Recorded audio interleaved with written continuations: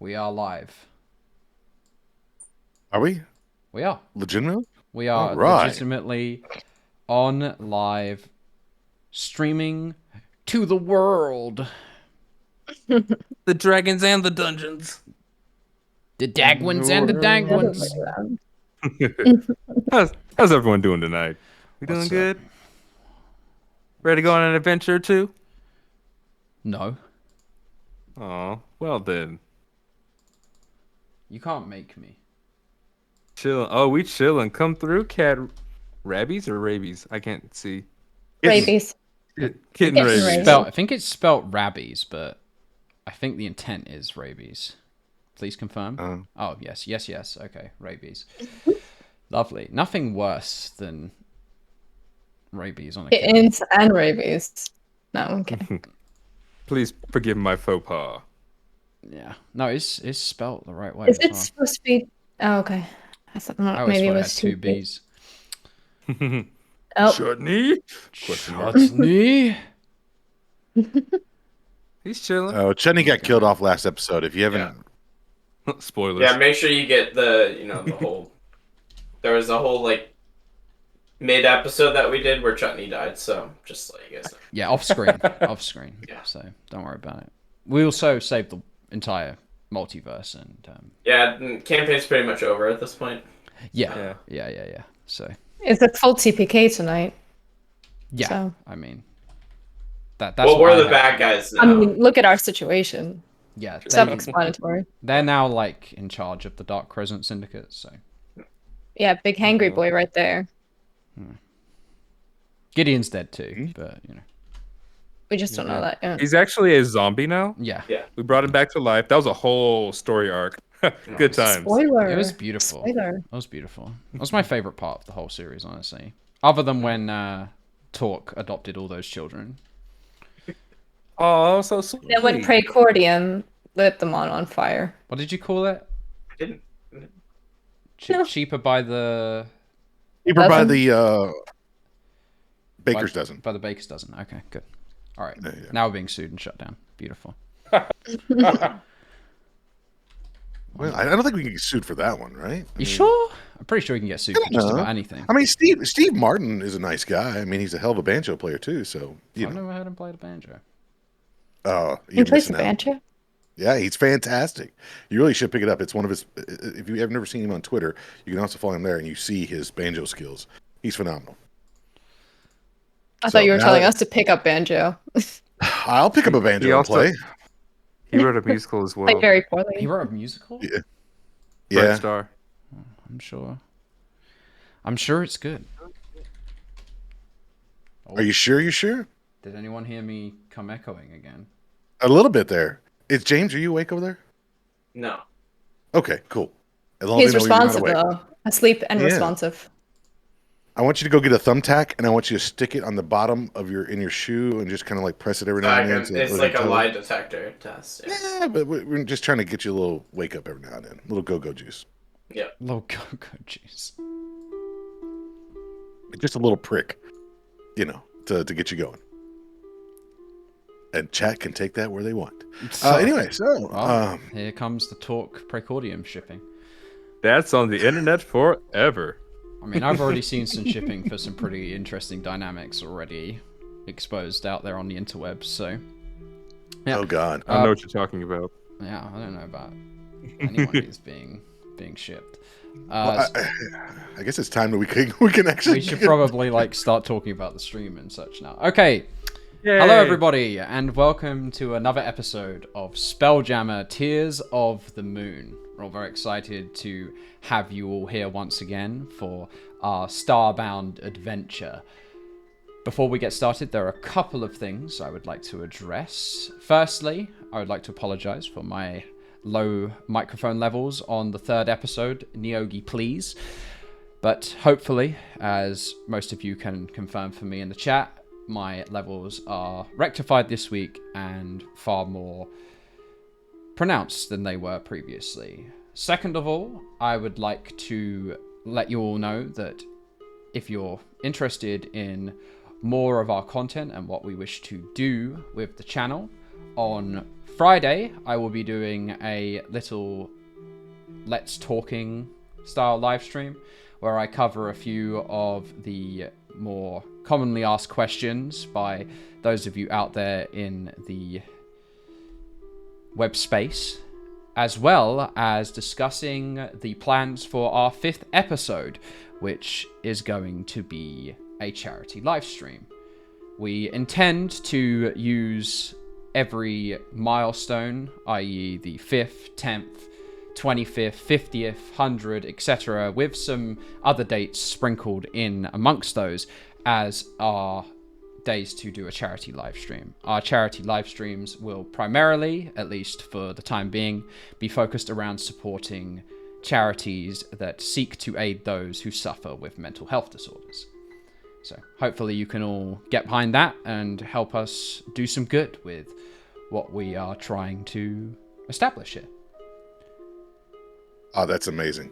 That's news to us too. I mean, we kind of knew that was coming along at some point, but we we're discussed glad to hear that. Yeah, so we had discussed the idea of the charity live stream for landmarks, but I made a decision, like, why wait until we have a large audience when we can do a little bit now as well as what we end up doing later. It's silly to hold back on that kind of thing. Let's do our part to make this world a better place if we can. So yeah, that is something to look forward to. So please do join me Friday around a similar time. I'm yet to decide the exact dates on that based off of my schedule, but it will be up there and ready to be viewed for people who are interested in what is said on that live stream in the VODs. Okay. That's awesome. Really excited about that. Yeah. Does anybody else have any last minute announcements or things they wish to say? Or do we want to address the elephant in the room that is Justin's mustache, or shall we just get started? I think he just had a dream about Richard Pryor and decided to just go ahead and do it, you know? Someone complimented the Freddie Mercury stash. Freddie Mercury, that's a good shout. That's a good shout. He's actually he's actually doing a new play. He plays a cop set in the Hill Street district of Pittsburgh, and this is what he's gonna have, right? No. Yes, please do leave your best Justin lookalike suggestions in the Twitch chat throughout. We're gonna need a emoji that's a stash. We're gonna have to have a stash. A stash emoji. Well, maybe for Movember we can a special emote of Justin's wonderful mustache. I mean, I've got a little bit of a mustache going, but hopefully I can build up to. He just wanted to match you. Rob, once you reach puberty, that thing will really come in, okay? That sounds like a challenge. I've been able to grow a mustache since I was 13 years old. Let's go. You really call that a mustache? Oh. Calling them out on stream. I was about to say, of all the people to be calling me out on follicle issues there, Ryan. Oh. I am bald, and bald is beautiful, baby. I thought you were saying that to me. My last name's Ryan, so I was just like, shit, man. Oh, you just doxed Leave my eyebrows alone. Yeah. Name your deity gave people perfect heads. The rest of them gave hair, right? I mean, that's the way it is. You just fill in what deity you want to call it, whether it's God or the flying spaghetti monster or, Yoda or whatever it is, that whoever your holy deity is. It only took me 4 episodes to incite Ryan's full wrath. Well, I've been calm and good and well behaved, and this is what happened. I'd like to use this moment to announce that the stream is disbanding due to personal issues. Oh, yeah. Well, We gotta get the band back together. Inner circle. Don't break up, guys. This is not cyberbullying, I promise. You should guys hear what Rob says. Oh, that's what you guys should hear, what Rob says off the stream. And so maybe we'll just start recording those things, and we'll put them at the special ends of the podcast. Chat, just let me know what you guys think, because as I'm doing all the editing of the podcast, I can easily pull all that together for us. So if you guys want behind the scenes for the podcast, let me know. I'll make sure to get those done. Look at this. Hitting rabies is right. James does roast everyone off stream, and that's why he's quiet as hell. I don't. He's the mastermind. Negotiate with terrorists, Ryan. Okay, I will not bow. He's playing innocent on stream too. I'm not negotiating, buddy. I'm really just saying it's a great idea. I would like to deflect the comments off of my honor and towards the recap. Okay. All right, and Here we He's go. like, can we play yet? That means it's true. we play D&D, guys? I'm here for D&D. I'm not here to hang out with you. I don't like any of you. Yeah, James is all business. none of us are He's paid strictly actors, for- James. Just let it go, buddy. We're all just having a good time, right? Well, Justin's a paid actor. I Just was about not. to say, Justin's actually a paid actor, so... He was Lumiere. Haven't you been paid for voice acting? Yes, I credits? have, but So let's not talk about that. Yeah. D&D. Voices got Technically, it. Stop ruining James my and I jokes, get Rob. paid to act in front of people. Okay, well. And Christina's been in a short film. Anyways, that's been presented last at film time festivals. on We're all paid. last time on Spelljammer, Tears of the Moon. Here we go. Let's hope this is as good as I remember it. Oh, here we go. Painter's log. The past few days have been full of new experiences for me. In fact, I feel more relaxed and at home here in space than I ever had been staring up at it. My new crewmates are an assorted lot. Chutney is most passionate. I have never met someone who craves great quantities of watermelon and lights up at the sight of explosives, or someone who eats plain oatmeal so willingly, except on his birthdays where a special reserve of brown sugar is utilized. I really want to educate him on flavoring his meals. Maybe cinnamon would be a good start. I'm learning so much about their likes and dislikes. This in itself is new to me. The way that everyone is so open to speak about their feelings. This I must learn. Torek is the sweetest, and though few words are spoken, even at times of frustration he remains kind and giving. It has been more and more clear that I should spend time with him, especially due to his love of coloring sticks. I feel that we can easily bond over a shared passion. Our Captain Gideon seems to have a clear goal in mind, but as I lay in bed, I wonder, what on earth is the Captain hiding in that room off limits to us? Oh, my curiosity gets the best of me. Oh well, I shall continue. Most of the evenings since I've arrived, I've been spending it on painting and historically documenting this grand adventure to come.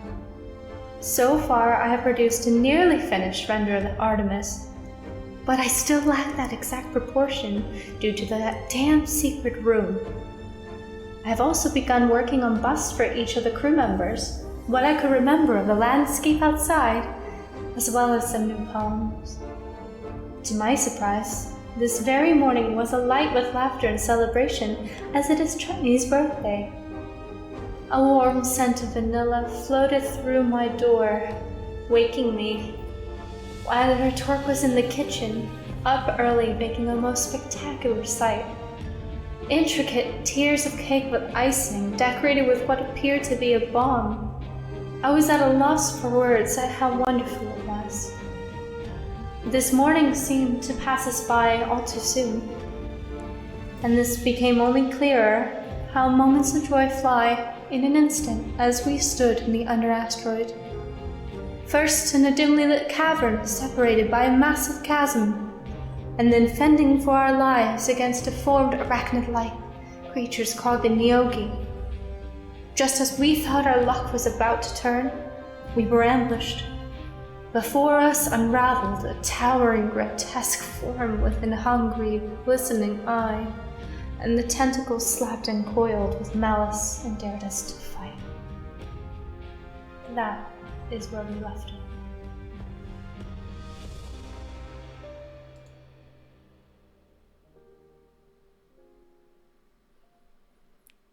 There we have it. UA's artist log entry number 1. Props to Christina for this week's recap and intro. Fantastic job. Very, very Well done. proud. Thank you. I try my best. Mm-hmm. Props to Props to Ryan for serious- fixing whatever was Oh, yeah, messy that about too. the word tentacle. It wasn't that what I fixed, but There's that's all all the right. swear words he had to cut out that was the real challenge. Like, damn, that potty mouth UA has. I dropped the F-bomb on top of the cake that he made. No, that's pretty good. Not as That was a hard nice as little sprinkle. not as hard as Mr. Ninja Sword. Oh no. Torque is basically Salt Bae in the kitchen. Well, pizzazz into everything he does. Okay, well, we return to last week's great excitement. A conflict with a horrid stalagmite stylized creature with one glistening, hungering eye, a maw of circular serrated teeth, and whipping, glossy black tendrils. Any moment now, the music will get underway. Are we gonna slay him? We're gonna get him. As will we. Mm. Let's just hope that this isn't the TPK that people have been hyping up for the last week. Alrighty, so first off the docket is none other than our chef himself. Talk, take it away. Well, I mean, I'm right on top of this thing. I'm not grappled anymore, am I? No. If you No, remember, no. Celestian ran over and cut the tendril so that you would be free from the creature's grasp. So, let's see. Torque is going to... I hadn't raged yet. I don't have that many left. Pinch here. So, I'm just going to go ahead and we're going to give it a whack recklessly. Of course, I didn't hit that. Wow, I hit it twice, and they're both awful. Those are both awful. 11 Neither were and reckless 12. attacks. Yeah, 11 and a 12 on the attack rolls. Torque snaps 2 from his minor incapacitation that he was released by Celestian, but his thoughts are still befuddled and his movements thus impaired.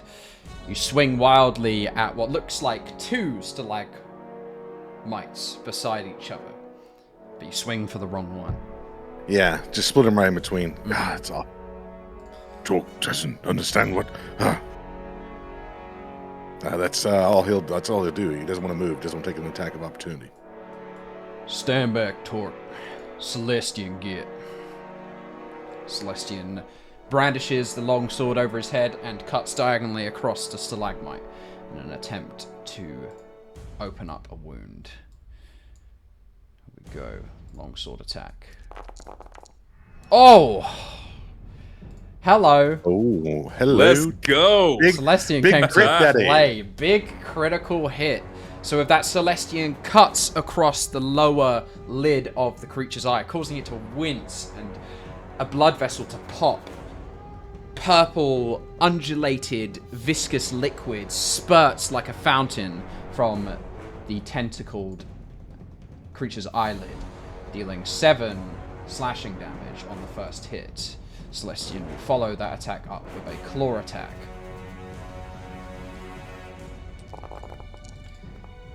Celestian.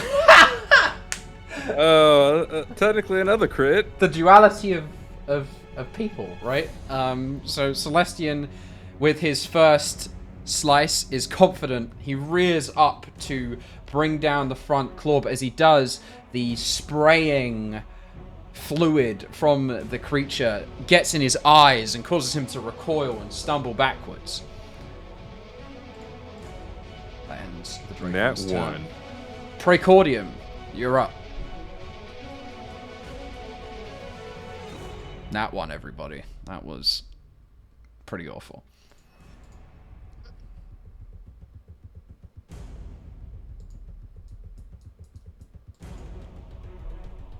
Oh, James, can't hear you. James, are you you're muted? Are you muted? Hi, can you hear me? We can hear you now. Yes, yeah. now I Right, can hear so you. I'm gonna move closer, and I'm gonna aim underneath Gideon's arm and above Celestian's head. I'm gonna point right at this monster and say, "Chili beam!" I'm gonna cast Ray of Frost. thought you said chili beans, like the food. That was my. I was like, That's wait. how It'll be better. hungry It's we gonna be are. Is chili that we beans have now. chili beans. It's like we had gnocchi Chili last beans. week, and now we have chili beans. Chili We're just going through all the meal plans. Whoa, chili dogs. Yes. Big spoiler. Precordium is actually Sonic the Hedgehog. Sonic, yeah.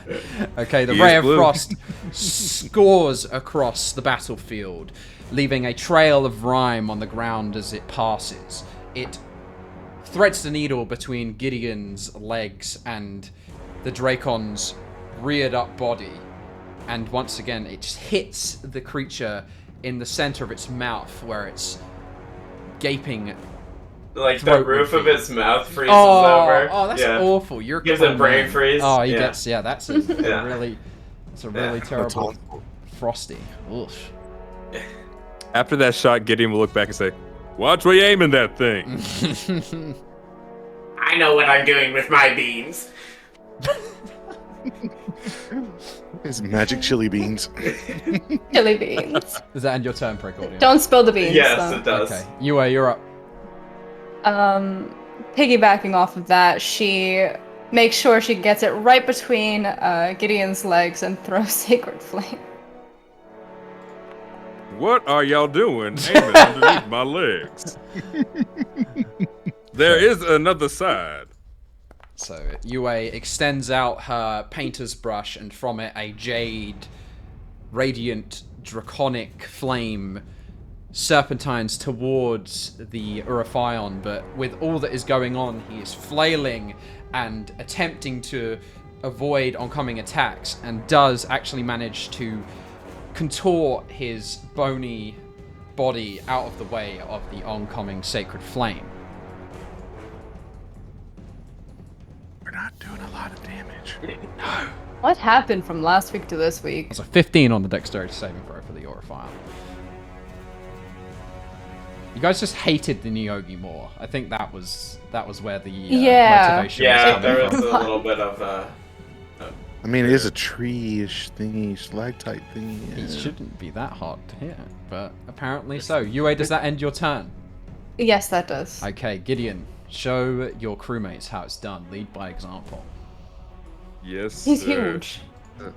So I Big can't Ian. remember if last week I used my bonus action at the end of my turn, but either way, I'll use it now, just in case, to make sure I have my greatsword going. you did. You yeah. you did do the great sword maneuver last week. Perfect. Come on, Big Ian. All right, let's go. Let's go. What we got?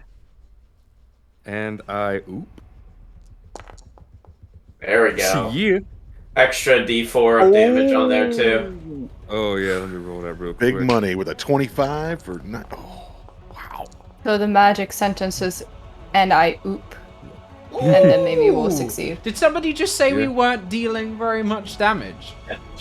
That's a 20 We, Come on. as in the small, normal-sized folk. He is like 20 times larger.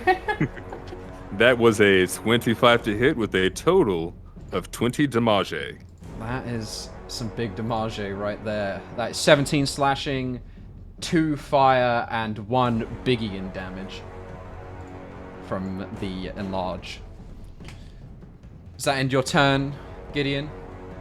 Indeed, that does. Gideon's giant, well, not giant, but enlarged greatsword is swung over his shoulder and down into the stony carapace of the stalagmite monster. It crushes against the stone, sounding like almost like a bone grinder, crunching all of the mass together. Just the sheer impact of his intensified strength buries into the monster. But now that Gideon's turn, Berries and scream. the Urophion gets his turn to take some revenge on the party. With his first move of the round, he will whip his tendrils out towards 2 targets. Firstly, he will try and grab the largest threat.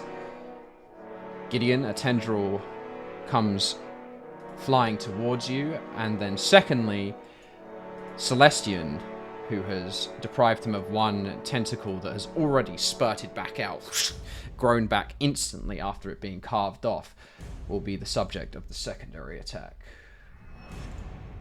Excuse And me. that is out. Okay, that That's is an another intelligence one! saving There's another one! I'm on fire tonight. Yeah, but you're supposed to do it for him. This not- is no that's for the Urophion. Oh, I know that it okay. says Dracon on Dracon, there, so but it that's confused because me. I have his token select. Yeah, so that is a 1 again for me. If you're wondering why they called me the bipolar dice roller, this is definitely one of the reasons. So Gideon, the first attack whips towards you, but with your greatsword you deflect the oncoming tendril with the flat of your blade. It then elasticizes and pings back like a band into the creature's eye. Okay, and then the second attack serves him right. will be for Celestian. An 8 brought up to a 15 to hit Celestian is 1 too low, thanks to Celestian's ceremonial Dracon armor.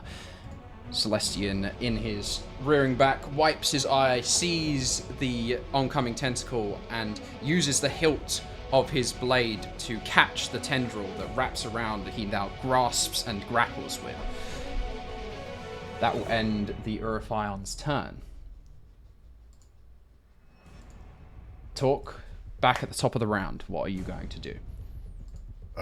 Torque is still just going to swing away. We will recklessly attack. We will swing and swing. And I know I gotta hit shift, but hey, look at that. A mighty There we go. crit.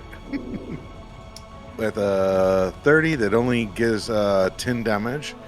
And he'll swing through 9 damage. And he'll follow through with his serrated spatula for 21. Wait a second. I don't know. Did we do that again? I thought we fixed that. 3 attacks. I only get You I get only my get bonus. 2. I get short-handed, right? You do Yeah, get you I get got 1 both. mithril cleaver, and then you get 1. I said sword reckless, so I special. was doing one with Reckless, advantage. So the first one was with advantage. I was just checking. Yeah. Okay. So yeah, that's the whole thing. I didn't hit shift, so I'm sorry, folks. Just for Foundry, if you need to know, you hit the little button, and it'll. No, I don't have to do that anymore. No, you can go to another Foundry tip. You go to the attack in the sidebar, and you press the plus button next to your attack. It rolls it with advantage if you didn't press shift. Oh well. There we go. I'm not an expert. I'm just here to look good. Yeah, you're just the pretty one. So, Roll yeah, me that's that what. spatula with advantage then. Oh yeah, let's do it again. Let's see what we can do. Let's see if we get a crit Get on a the second click on the attack. Let's get a spat 20. Oh no. Spat no. 20. But the damage. He's Right, we still- just taught. he Right, still we did it just wrong. taught you this. I still did it wrong. I'm just good at what I do. This is what you have. hover over that 21 there. Generation With your X. mouse. Yeah, I Welcome know. I to can click the Tears button. of the Moon, a Foundry tutorial stream. There we go. I mean, the What's happened 22 is is you gotta- still going to hit for 10 piercing damage. Okay, so a wild flurry of talk, akin to when he is furiously cooking away in the kitchen. He chucks... It's like I'm making cheesesteaks, man, and just like over here working the whole thing Just working the on line. a flat top. Yep, getting that whiz on there. Frying up some onions. Oh, now I'm hungry. We don't put whiz. You don't put whiz? You don't like cheese No, whiz? no. Oh, well. We do real cheese sauce, buddy. We're not doing that fake stuff, buddy. Cheese sauce is good. Talk's a gourmet. We He have a is. cheese purist with us tonight. Can we get That's can we right. get answers in the chat? Sauce or whiz? Begin the war. Okay. So It has to be a war. it's Okay. a war. This is Sauce. this is The our war. version of the I Infinity said War. sauce. This is me and you. You're the Winter Soldier. I'll go there. I am inevitable. Justin Thanos. I am edible. Oh my God, the All right. crazy viewer! I got the sauce, the raw sauce. Okay, well, Well, Thank you. Yeah, well, that's one vote for sauce, that's for sure. They're all votes for that- sauce. I would he is describe the short attacks, sword. but I feel like we got stuck on this cheesesteak thing, so I'm just gonna Yeah, yeah. move things along Yeah. to. and then Torg will just look over at Celestial's the turn. big giant celestial and just go, your turn now.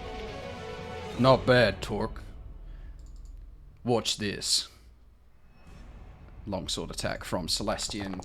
Double miss. Cuts sideways, but he is perhaps feeling the pressure of his counterparts to either side of him, dealing such incredible blows on their adversary that he does not live up to the billing on the first attack, but with the second attack, 23, he rakes across the outer epidermis of the stony skinned monster for 10 slashing. It's like nails dragging across a chalkboard. Just to make everyone uncomfortable again. Precordium. Not spiders. It's Christina's second least favorite thing after spiders. Which what? No. As Gideon turns around with his hands on his hip saying, "Don't frickin' aim at me," I stick my finger between his, like, the loop of his arm and try to hit the monster. What was that? Drop a ray of frost on him. Oh. At least you're aiming in my arm and not under the legs. With the I one. think I got your armpit a little there. Okay. Well, with that, Precordium extends his hand forth again for another chili bean, but instead of manifesting a whole feast of colding delight, a sputter of meek slush and room temperature slosh sprays all over his allies' backs. Wow. Oh. I have to edit that out for the podcast. By the way. Yeah, that was a little bit. What? Tentacles and that. I don't know what you guys are talking about. You gotta get your minds out the gutter. All right. Sorry, my chili. You're the one wearing the robe. He's putting the My chili bean doesn't normally do that. he's putting the prey in Cordium. Target practice. Target practice for everyone. Okay. Next up, Yue. Hopefully Yue this goes a bit better than Precordium's chili bean. You were respectfully listening to Gideon saying there's other parts of the cavern to go off to. She steps to the side of him and casts Sacred Flame once again because she is out of anything else. Yeah, running low on supplies after those Nyogi. You really wanted to get Wow, really running low on rid of them? Oh, that. wow. The ones are just rolling, just freely. Alright. Well, once again, another Jade Celestial Dragon Flame pours out of the tip of the paintbrush, but it's only minuscule in stature. The Urophion does not get out of the way this time, with a 1 on his dexterity saving throw, which was actually a 2 on the roll. That's how bad he is at those saves. He takes 1 radiant damage from the piddly little wormling. Hold me closer, tiny dragon. You. Thank you, Ryan. He'll be here all week, folks. That's right. Well, if I Giving I don't know. soundtracks to my my work failures. might get upset if I stay here all week, but I'll try to do what I can. If you 24-hour explain to stream. them that you're doing an Elton John tribute act, then I'm sure they'll understand. Gideon, you're up. They are English. There we go. They sure All right. come.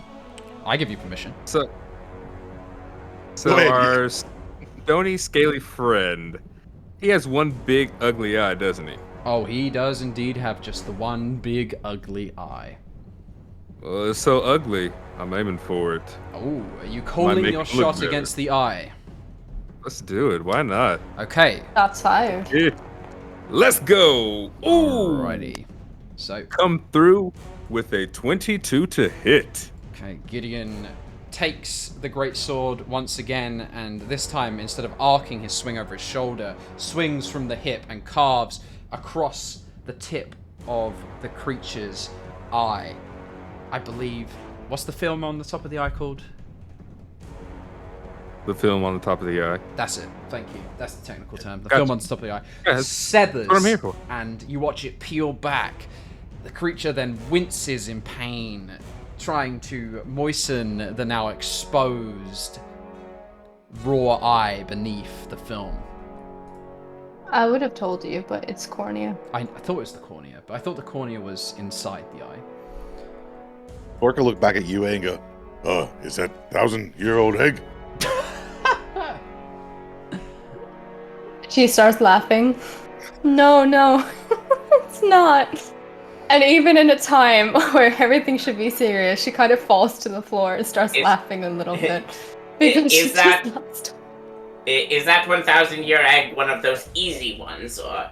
Oh my god, I'm gonna have to kill someone for these jokes. It's an under hard egg, not over easy.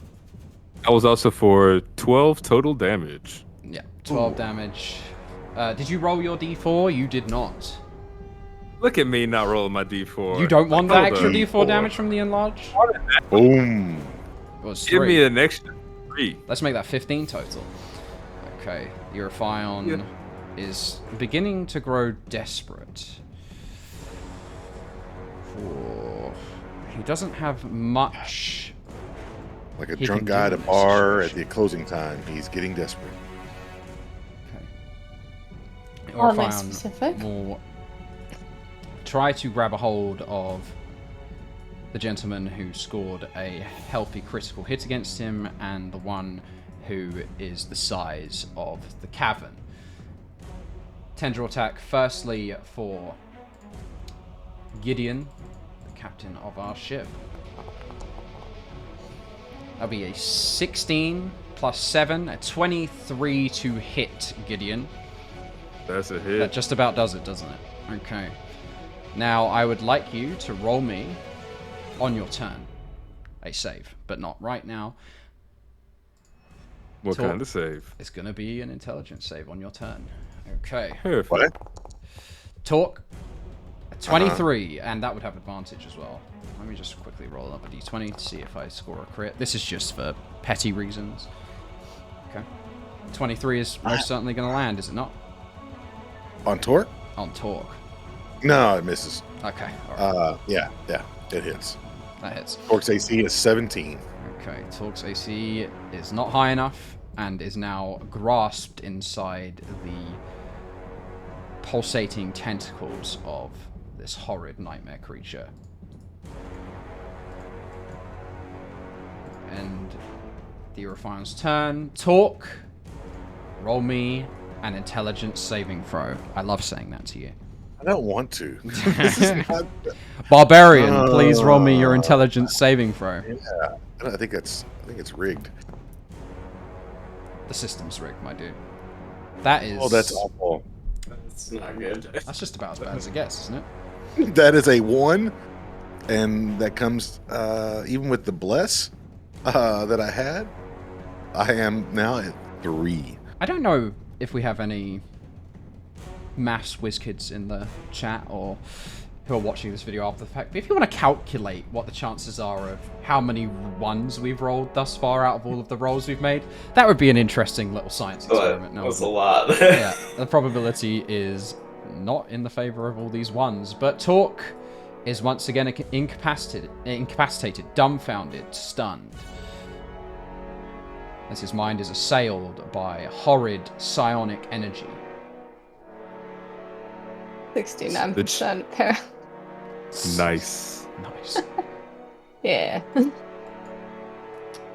Poor Talk. Thank you, chat. Thank you, chat. They Celestian... did those quick math. They are doing their quick math. Celestian will attempt to free Talk from the grasp of the Urophion once again, laying a longsword attack against its tendril. God, he's good at hitting these tendrils, which is certainly helping out in the party's favor. How much damage did he do? He dealt 11 slashing damage on the 24 to hit, severing the tendril again, snapping Talk out of his delusions. Gotta stop letting thing touch you. Stay away from tendril. Don't try, just grab me. Celestian will turn and use his claws to attempt to detach the tendrils from Gideon as well. We'll call that a 25 to hit for 10 slashing. he snips the tendril as though he is using scissors, freeing the captain from the binds. My man Celestian, coming through. Yes, Captain. Precordium.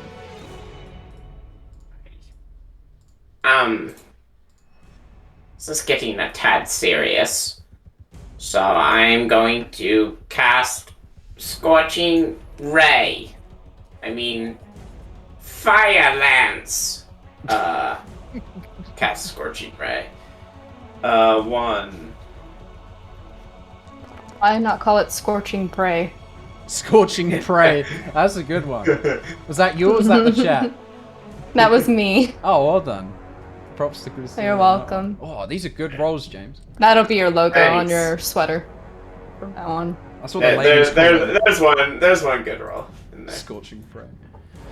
That, no, I mean, they're all great, like, attack rolls. The damage rolls, though, came out in the end. Alright, so a 22, a 22, and a 28 all to hit as Precordium's Scorching Prays, or Scorching Lances, inflame the stalagmite, setting the stony creature on fire, whoosh, causing its outer carapace to melt. That is for 4, and 8 fire damage respectively on each ray, totaling 16 damage. And then I'll end my turn. Awesome stuff. Good rolls for Precordium. Yue, see if you can do more than 1 damage. Yue, getting frustrated, takes a tentative few steps forward and casts it one more time. Oh, there's a good roll. Oh, there we go. Okay, she brings out one of the larger radiant jade dragons, coils and whistles through the underside of the Dracon. Let's see if it manages to hit, or if Urophion gets out of the way. That will be an 8 on the roll, 7 to fail on the save, taking 7 radiant damage from Yue's Sacred Flame.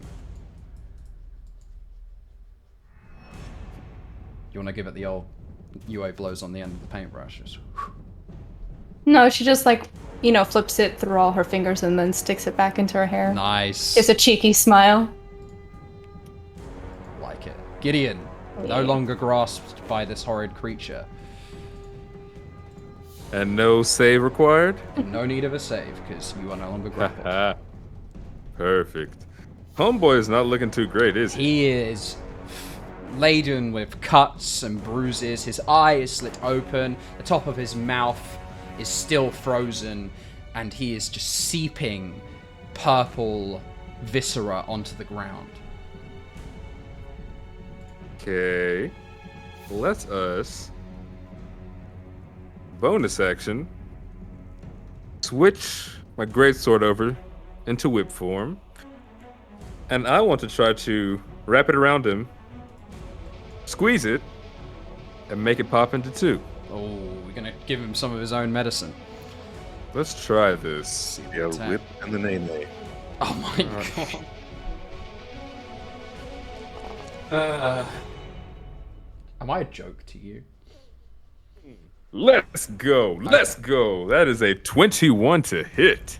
So Gideon brings his greatsword behind him in one hand, his immense size conferring him the strength to do so, before pushing a module on the hilt, elongating the broad-bladed sword out into a razor-like whip. He then cracks it to the side, the tip wrapping around the Urophion multiple times before Gideon tugs, constricting it around the Urophion, giving it one last kick, cross-sectioning it at the very horizontal plane of its mouth. And with that, 21 to hit, total of 14 damage. We are out of initiative. Oh, let's go. Very nicely done. was that sconce thing, like, did that activate that, or did it open a door? You didn't actually pull the sconce all of the way. Man. Right. Is everybody good? Can we pull the sconce yet? I've been very excited for this endeavor. Last time you pulled, we ended up with this thing here. Okay, but I don't see any more stalagmites, like... Maybe second time Give me a is the break. charm. Exactly! Could be... Or it second time releases charm. 2 more. So, One way to find out. And after I say that, I'll go over and check on Torque to see how he's holding up. Torque and Celestian. How you feeling, buddy? Torque feels fine. Yeah, so that creature was getting kind of handsy. So I just want to make sure you're all right. You ready? Torque's all right. Torque's strong. No worry about Torque. I'm all right. I can handle it, Gideon. But thank you. So, bro. And I'll start to head over to the sconce as well. Okay. Precordium, you're investigating the sconce, taking another look at it. Yes, I would like to pull the sconce. Since I was so rudely interrupted the last time. pull the lever sconce. Oh, Sorry. my goodness. Okay, you pull the lever. That's us. It pulls all the way down and then clicks into place. You watch as the stone wall behind the sconce shifts down, then backwards a few inches, and then to the side as though shifting behind the stone wall itself, revealing a secret Secret door! Secret tunnel. Classic stuff here. Classic, absolutely.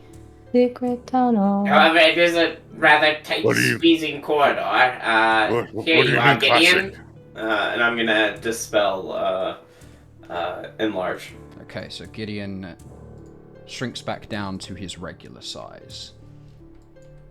As he does that, I will whip out my whip and turn it back into pistol form. Nice. I don't know if you all Go for it. remember the last time I squeezed into a tunnel and walked towards a cavern, but I didn't have a good time, so someone else should go in front of me. I can take lead. You sure, Captain? Me or Can you, Torque go first. We big. You no big no more. can you fit though? You say I'm fat? No, but No, you just he said say you was big. Yeah, I'm big. Not Well. too big though. I fit. The perfect size. That's Torque right. will stand up all the way and show that he's right at like almost 7 feet tall, Mhm. and then just scrunch back down. Yui's not convinced. She goes back up again and back to back. And she takes her brush and tries to measure them. But she's Yeah. clearly, she's very short. She's closing one eye and trying her best. Like jumping. Like just trying- putting a paint on Yeah, the brush. she's There's a mark trying. on Torque's back. You guys are gonna have to do that on the ship, like the little like height graphs. That Oh, never like we're change. kids Aw. growing up. Oh, yeah. Exactly. We're Okay. gonna have to Little find a notches. staircase so we can like scratch the notches from like the Precordiums top go of the down. deck. Yeah. Wow, he gets Recording's small. finger will measure like really far. So, you know? He's got very long fingers. You know what I say about people with long fingers? They Big need long gloves. Big Yeah. gloves. That's not where my mind went. All right. I go Have at it. or Torque. Have at it. You go. I go. Who go? We all go. Torque go. All right. Torque will actually kind of like nimbly like sprawl on the wall, like, you know, kind of bouncing from side to side, off his hands and feet, just to And then he'll get to here and he'll realize he can't go anywhere. Oh, sorry. There you go. I'll have to drag you through because of the collision mechanics. And then he'll move to the side of the wall, just kind of move around and look at Celestia. I don't think you need to stand there.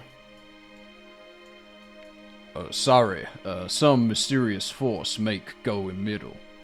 Try make space for everybody. Very considerate of you.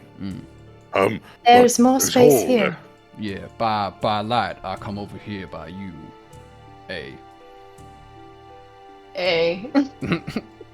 Torque will get like really low to the ground and close to the structure. Is that? They look like. Is that stairs? Yeah. So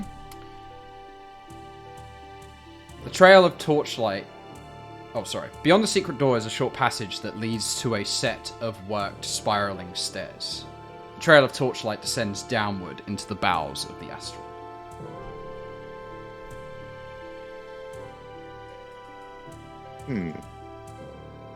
Torque thinks we must go down here, right? Yeah, it's looking like there's nowhere else to go around here. Can I give like a once over, like especially like looking upwards? Yeah, you can roll me a perception check to see if you hear or see anything coming from down the stairwell. I'd say, is there any tracks around or anything like that? You can roll me a survival check to see if you can find any tracks Oh yeah, in the local I'm vicinity. so good at that. I'm such a wise guy. I am. Look at that. Hey, such a wise guy. Okay, a perception is check a- is good. Gideon, you cast your ear down towards the stairwell, and from it you can hear an echoing. Clearly, the sounds at the bottom of the stairwell reverberate up the stone staircase, and you can hear the odd grunt, and then loud thuds, as though objects are hitting stone. And also what sounds like the eerie creaking of wood.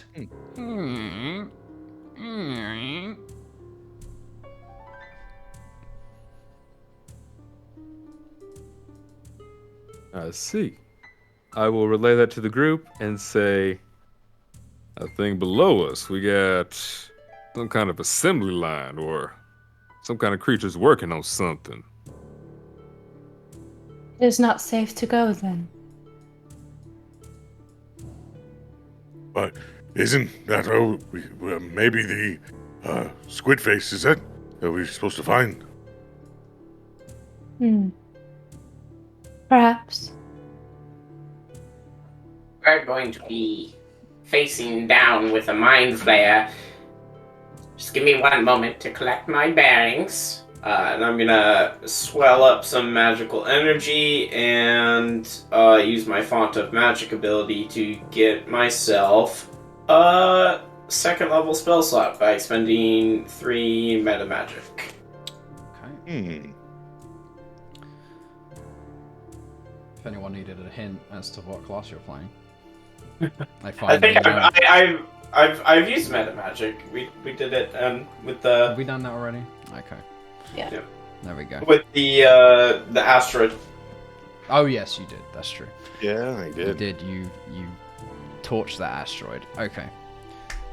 You guys gonna make your way down the stairwell now that you're ready? Making my way downtown. Yes. Are we Okay. going to attempt to sneak down? Torque is willing to sneak down first, so he'll look at the group. Torque can go down first. Real nimble, like. Yeah, you can scout ahead a little bit. So even though Torque is gigantic, he's actually pretty stealthy. And I will roll how about a 23 stealth as he prepares and moves down, using the shadows of the stairwell and then the turns, and also moving up. Whether it's at the top of the stairs, and kind of just crawling through, while always keeping an eye out. Almost like a Spider monkey? Spider ape. He's not a monkey. Okay, so Torque, as you descend downwards into the bowels of the asteroid, slightly ahead of the party as to scout the position as not giving away your friends behind you, you do begin hearing the sounds that Gideon described to you, the sounds of grunting, heavy objects being lifted and then dropped onto the ground, the creaking of wood, and as you go lower, the sounds reverberate louder, the sounds become more prominent and distinct, and some more sounds are worked in. You start to hear mutterings and conversations, a cacophony of different sources. To you, it seems like there are many creatures at the bottom of this stairwell. Hearing it, I think that Torque, not only being a chef, but also former, a former warrior, will recognize the danger within, and pull back so that he can regroup with the team and let them know kind of where we're at and what we're facing. So he'll just slide back smoothly through the stairs and back up to the top, to the crew, and then look and just say, Gideon, there's so many down there. More than, I think, could be more than we could handle in our current state. Could be outnumbered, you say? I can only take 2. Seems a lot more than that. Mm-hmm. Did you see a pathway that we could go that would not be as noticeable? I didn't go down far enough for that. I can try if you'd like to go. I can go down more. But I don't want to draw attention. Fair point. Should we look and see if there's anything else around here before we commit? That's what I'm thinking.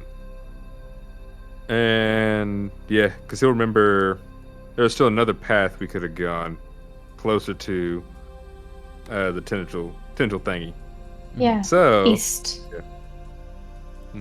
Okay. Would you like to forge your way back the way you came and then head east from where the Urophion was positioned? Bingo. Okay. and suddenly the Urophion has come back to life, and there he is, right there on us again. Whoa, did you know that when you killed an Urophion, 12 of them spawned in its place, and it's twice as big? Some good. They have little babies. Baby. Cheaper by the dozen. Baby Phions. Cheaper by the dozen. It happened. We did it. Alright, so I will Send all drag people lawsuits out. to Rob at Bipolar Productions. Nope, you said it. Sue Ryan, not me. Thank you. Please don't sue me. Please. Okay, so the party heads due east from the Urophion into a rather large cavern. Okay, this cavern is similarly lit as the other caverns were previously, but the contents of this cavern are most surprising. The cavern to the east is filled with mutated animal carcasses. Most of the bodies have dissolved into a viscous, pale purple ooze that covers most of the cavern's floor. But some of the specimens are still intact enough to identify. Most notably, a 3-headed winged swine with tentacles growing where its tusks would normally be.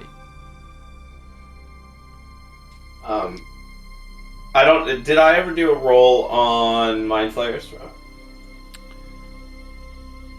I don't recall you doing one. I want to know how much I know about Ceramorphosis. Okay, roll me an Arcana check. I would like to enter into my cerebral sanctum and see what I could find. Oh, I find okay. something deep within the stars. That's a Rolodex. 21.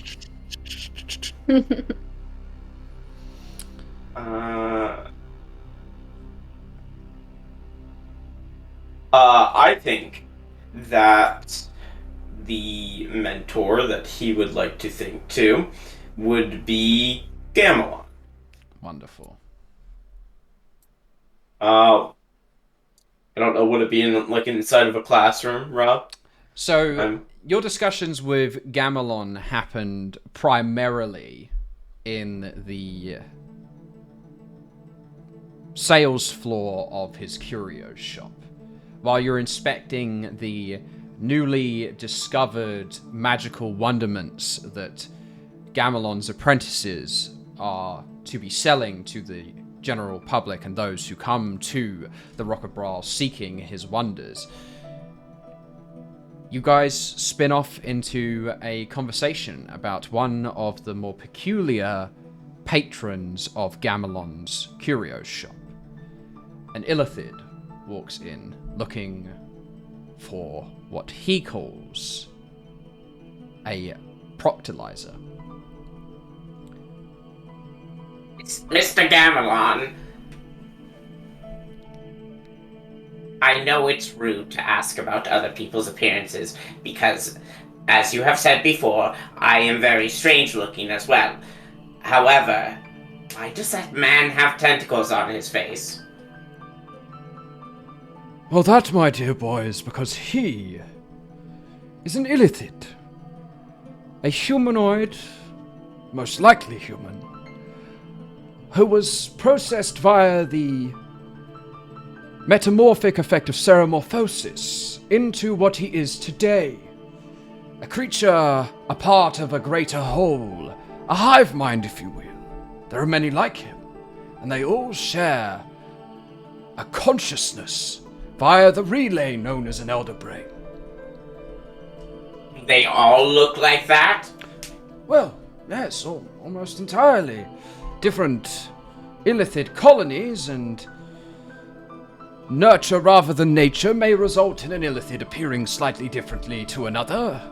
They occasionally retain some very minor aspect of their former self, almost like echoes or dormant memories in their minds.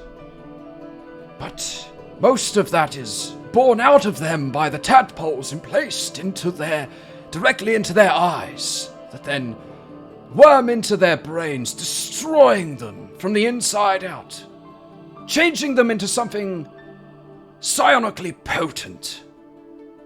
Mr. Gamelon, I don't like this lesson very much anymore.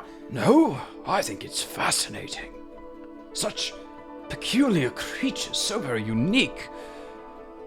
You should look out for those who have been separated from their relay system, for they can think more freely, more individually. What is this proctylizer? Oh, I'll tell you more about that when you're older. Yes, sir. He'll go back to cleaning the shelf and then come out of his mind palace. Want to look at this this amorphous pig creature with tentacles growing from its tusk. Do I think that this creature has been ceremorphosized, or?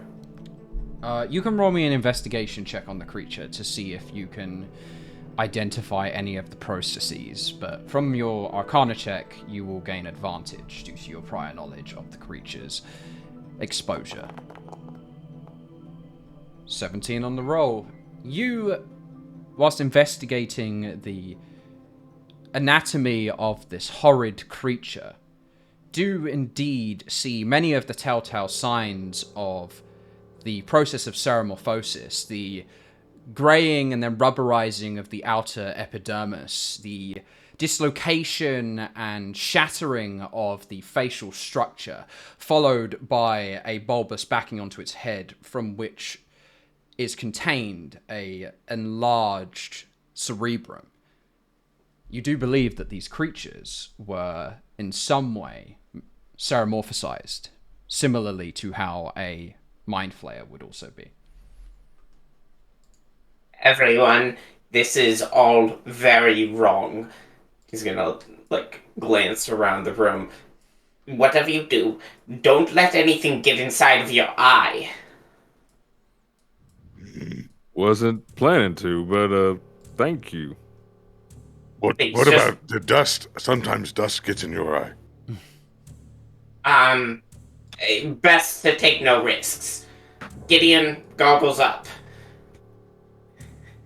We're on the same. We're on the same mind link. No, you don't want that. That's a sign of ceramorphosis. We all must be very cautious. I believe that creature over there, while it might be dead, has been touched by the illicit kind. And if it is still alive, it could alert it of our presence. They all share one mind.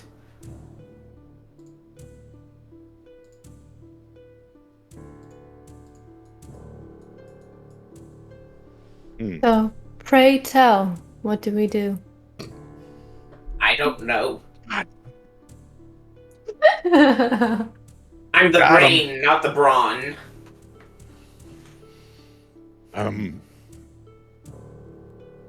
Perhaps you should could stay carve it closer out. to the wall.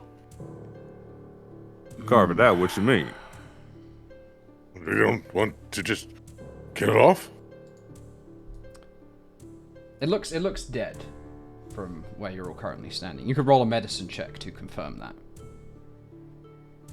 Who do you want to roll it? Anyone who wants to roll it. I want to roll. Oh, just for schlitz and giggles. Let's just see what Torque would get on medicine check. This is gonna be so bad. My medicine check is a 4. Oh, look at that! He gets an 8. Yep, an 8. I'm going to do guidance on myself as well. Oh, okay. Alright.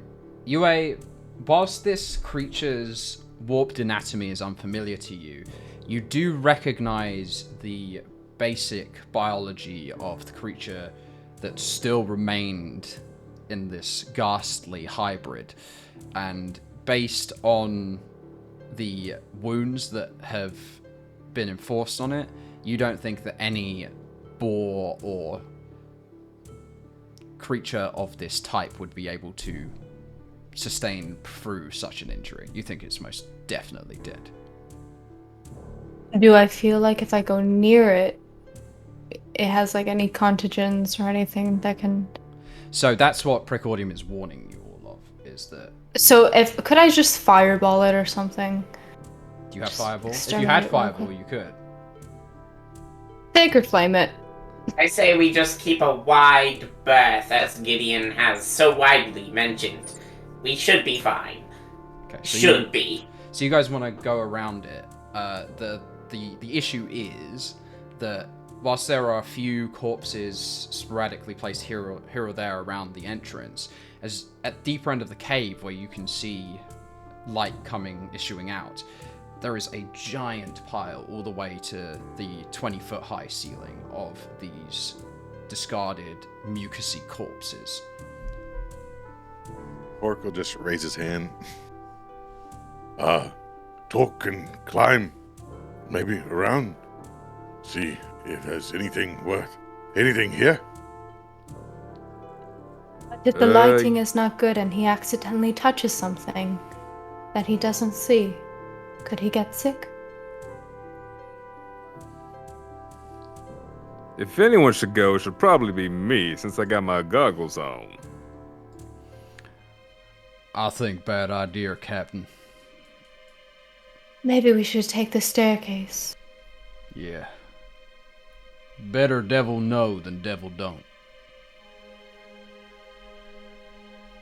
Does it look like there's enough there that there's some... obviously there's a multitude of different types of bodies that we're seeing there, right? Right. Any of them look like if we were to say, throw a torch on them, something might happen? They look incredibly. Or are they too moist? They are They're too moist. moist. They are all coated in a mucousy film. Copy on the fact that they are all moist. Can you say moist really close to the mic just one more time for me? Moist. Oh, gross. There we go. Yeah. All right. Anyway, so they're all too moist, and so we need to just leave them alone. Got it.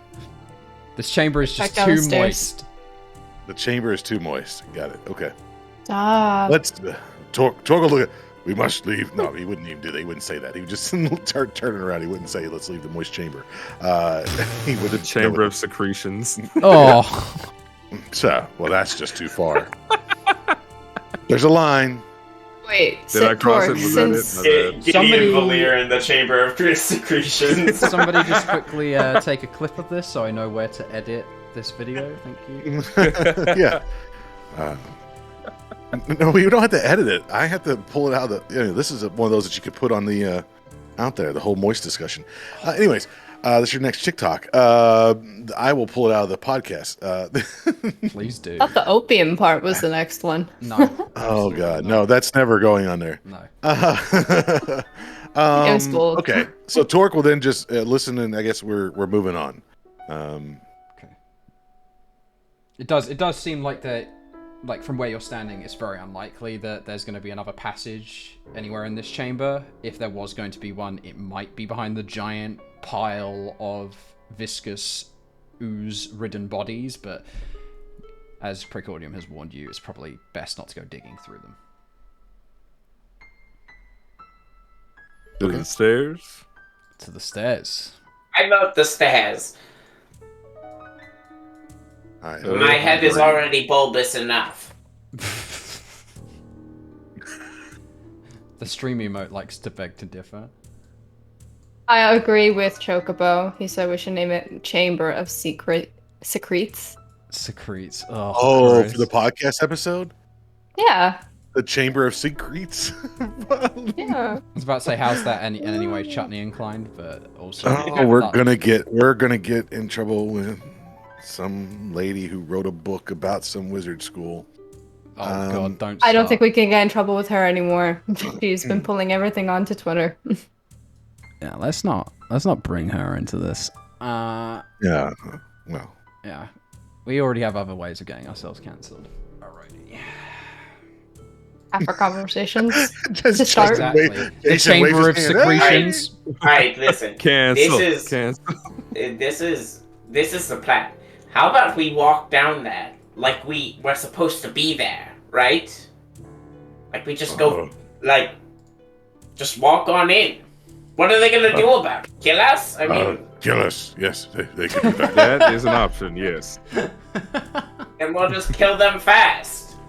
Torque I like your doesn't mind optimism. fighting. But first, we could just walk in and be like, "Hey, what's up?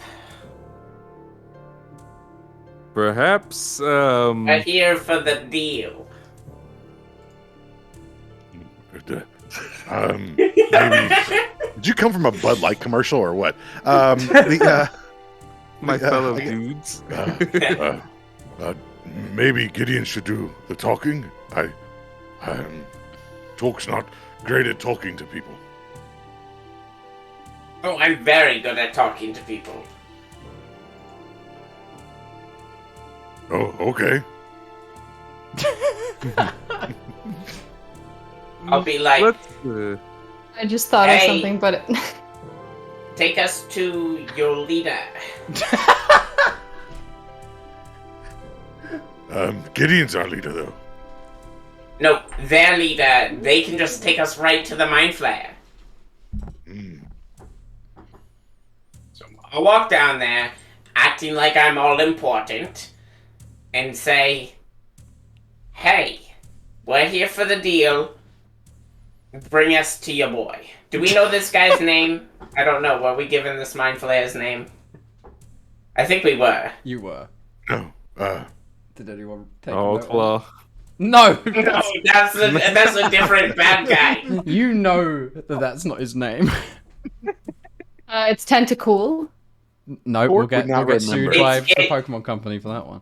They've always got an Owak at the end of their names. It's something Owak. Melloc. That's incredible. Yeah, Melloc. That's a good mind flayer name. Torque would not remember the name at all. No, Anyway, of so. course he wouldn't. Inga. Wait, is it our Inga buddy? Inga. You're close. Tharad? You're very Tharad? close. There it is. Stop reading the chat. No, I'm looking at my notes. It's not even in the Help chat. me out here. Shoot. Someone go back in the logs. Maybe I just wrote it Inglefrod. down wrong. Ingatharad. Engelberg Humpelty. Before someone says this terribly, it's Ngatharod. Okay, I wrote it right. I just didn't remember how to pronounce it. But Gideon knows how to pronounce No, it. that's what I was trying to avoid. What? So I'm gonna go down there. Be That like was a different campaign we played, James, with Gagarod. Did you say Dinglesrod? No. All right, I'm going to go down there. I'm going to say, "Hey, we're here to see Ingatharod. We've got a deal. Could you bring us to him? And Go right. if they kill us, they kill us. If they bring us to him, they bring us to him. It's a win-win, right?" Torque doesn't want to die.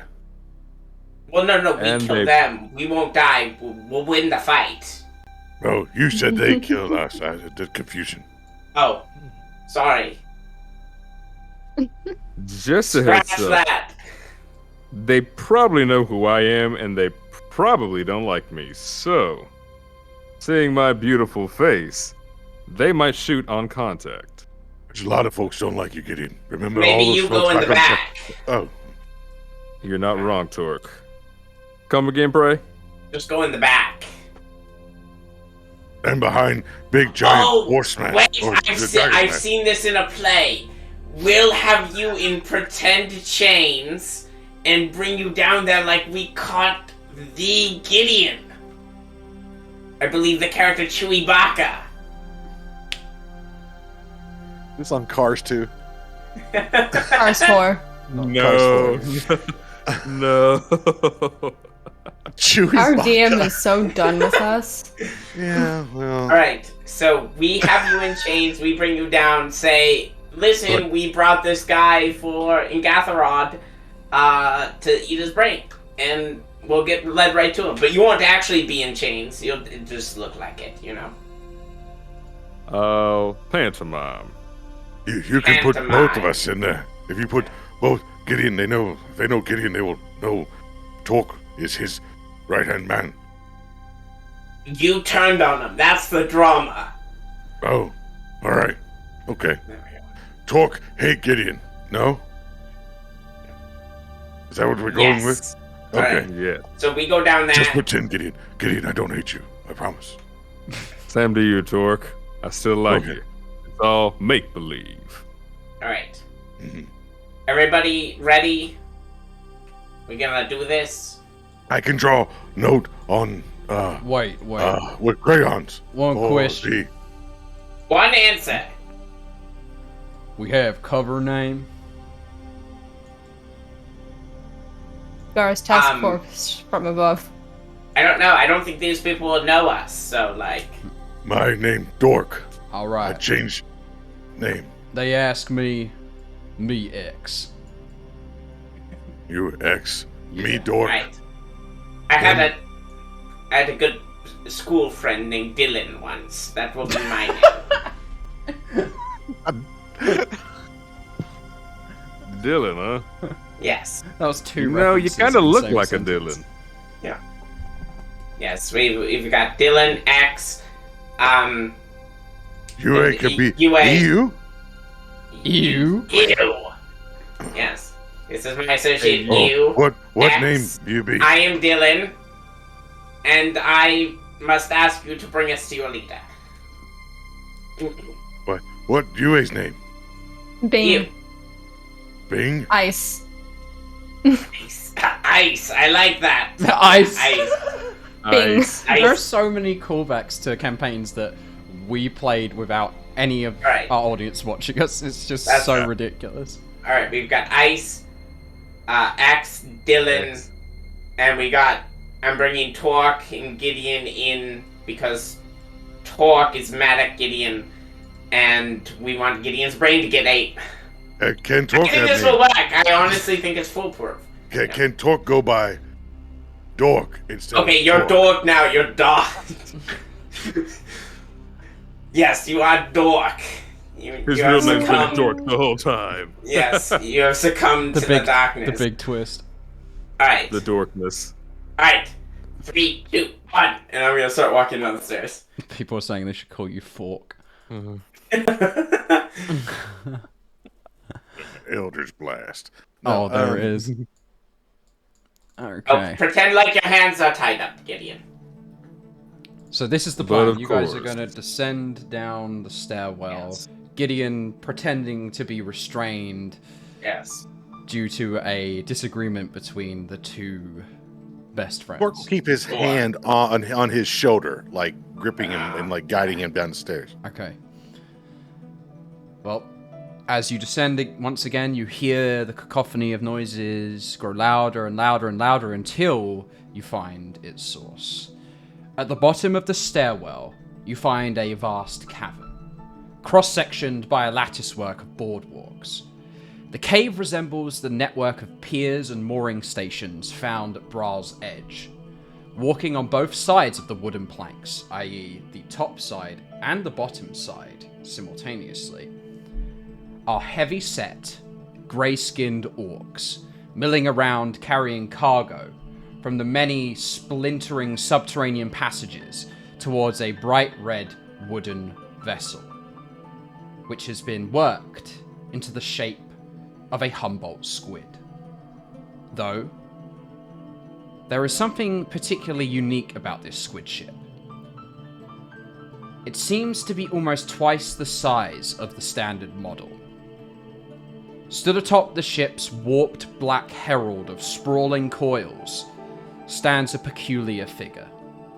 The creature possesses a humanoid body. Its skin is a deep violet, appearing almost elasticine in its complexion. From the back of its head flops a bulbous protrusion, and its mouth has been replaced by an array of tentacles. The creature wears a white shirt, draped over which is an azure-dyed tailcoat. On his legs, he wears a set of brown leather breeches that fall over his prosthetic peg leg. On the other foot is a worn leather boot. Atop his bulbous head rests a black and silver trimmed tricorn hat. A peculiar illithid indeed. One that styles itself as a pirate of wild space.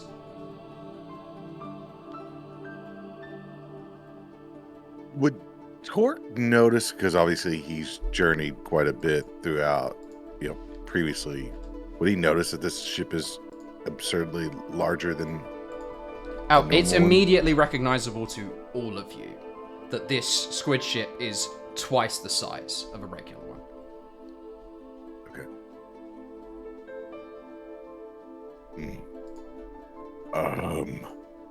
Not sure, but there's got to be a lot of people that are on that thing, right? And orcs. But Would Torque also recognize, though, that in his travels, let's think about this, going back and way back, if you'll remember Into your his mind experiences... I don't have a mind palace. Torque has like it'd be a mind fun house that he's got. It's like a fun house, like at the circus or the carnival. Would he remember some experiences with gray orcs? That and Yeah. I mean, yeah, and no, Torque has history with this type of grey orc. and they are would they be the nicer orcs that he knows? Not sure. Got it. Could be. Okay. Could be. Okay. Torque will, as he's holding on to Gideon's shoulder, just lean down and say, not all orcs are bad. Some are good, but I have no idea if these are good orcs or not. You might just have to wait and see. For now, stick to the plan. The foolproof plan. Yes. Last time you said it was Greetings. foolproof. It didn't work. Okay, so you announce Illustrious- yourself. Greetings, illustrious tentacle space pirate man! I am Dillon! When I said foolproof, I meant proof that there's a fool. all of the orcs immediately like drop the cargo boxes and tools that they're carrying around to the ground. Some of them drop them off the side of the space dock, and you watch as the hammers and cargo crates go bounding between the gravitational plane, bobbing up and down until they stop in space, just like the squid ship is suspended. The orcs all look at one another, confused, and then up to the Mind Flayer stood at the herald of the ship. I don't know no Dillon. Oh. Well, this is my associate X. Howdy. Me Yes. X. And I'm sure that you've heard of... What was your name again? You? Gideon. I think he's asking you, eh? How you at? Okay. What did you Bing. decide on again? Bing. Oh, yes. Bing. Ice. Yes. And I'm sure you know of the two wonderful no-good do-gooders that I have captured. Gideon and his turncoat companion, Dork. Gideon will just look up, give him a nod, and say. Gideon will look up and just say, "Buongiorno."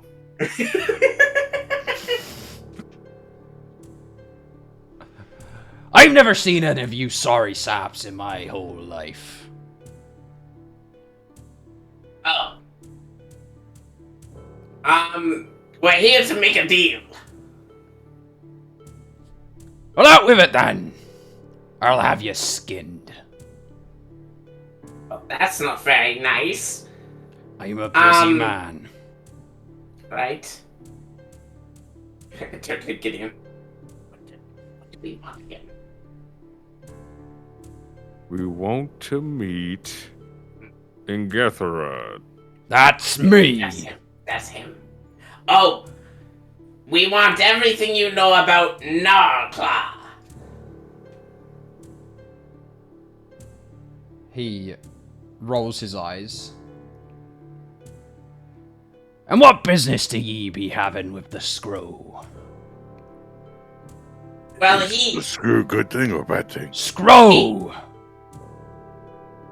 Gnarlclaw spit on my turf, Dillon land. Why should I care? Well, I'm a very powerful man. Well, then how come I've never heard of ye? Maybe that's the reason you haven't. Ever thought of that? Roll a deception Been off check. my radar.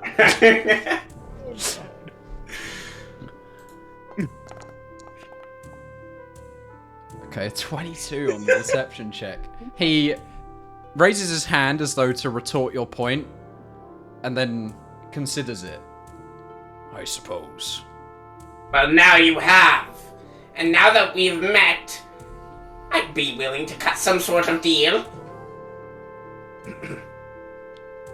Deal for what, boy? You're not making any sense. Information! That's what I deal with.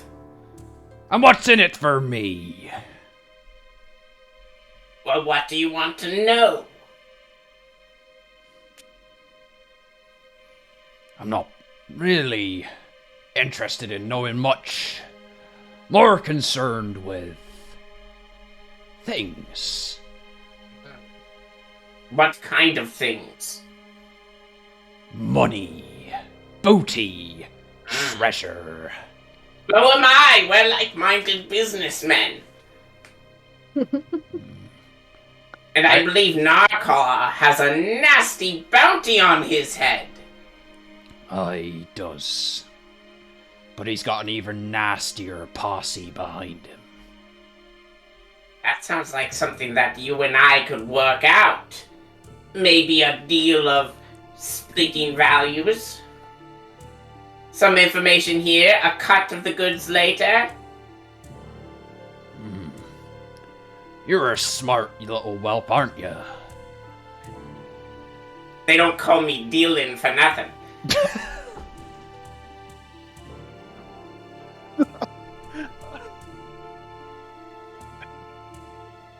How are you doing that with a straight face? I have no idea. So what? Are we gonna deal or no deal? Oh, he almost had it. Oh, he did it. He almost made it the God. whole time. Oh, he almost did it. Do you want door number 2? Or we'll make a deal for door number 3. Dork number 1, dork number 2. Dork number Oh, that was too good, James. Like, honestly, like GM's inspiration. I love that. Oh, thank you. Yeah. Okay. Well, I do want a cut of that bounty. Any source of treasure is never to be passed up on. Couldn't call myself a pirate if I did. Exactly. Now the issue is here, boy. Gnarlclaw ain't here no more. Long gone, couple days back. He came here offering me a deal, but I didn't like the cut of his jib. Yes, but you do like cutting my jib, don't you? I do like the cut of your jib, Dillon.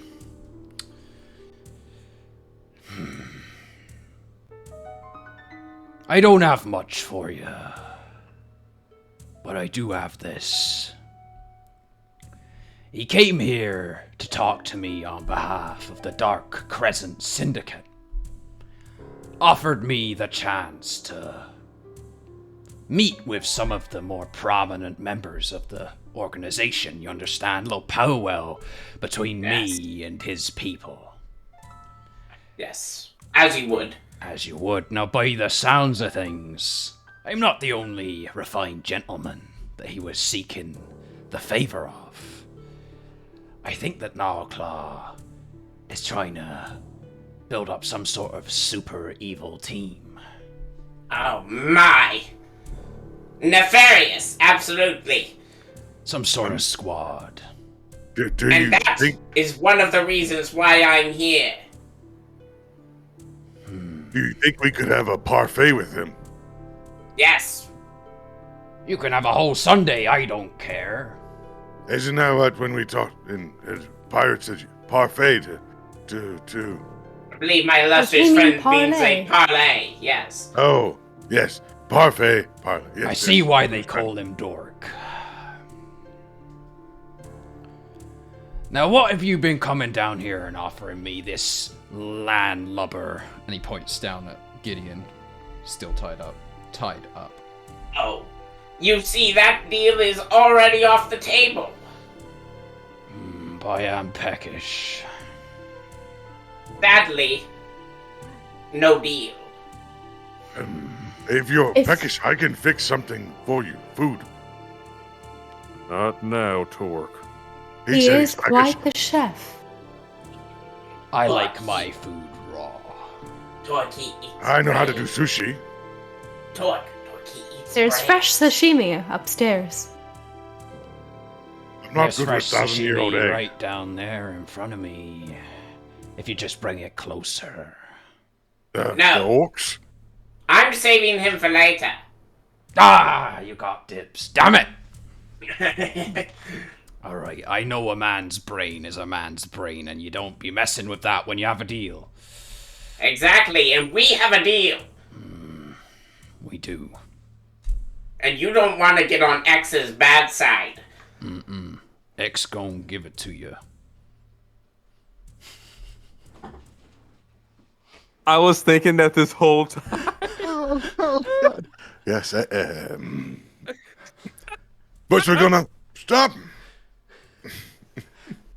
I couldn't help it, man. I just couldn't help it. Then we're gonna bro.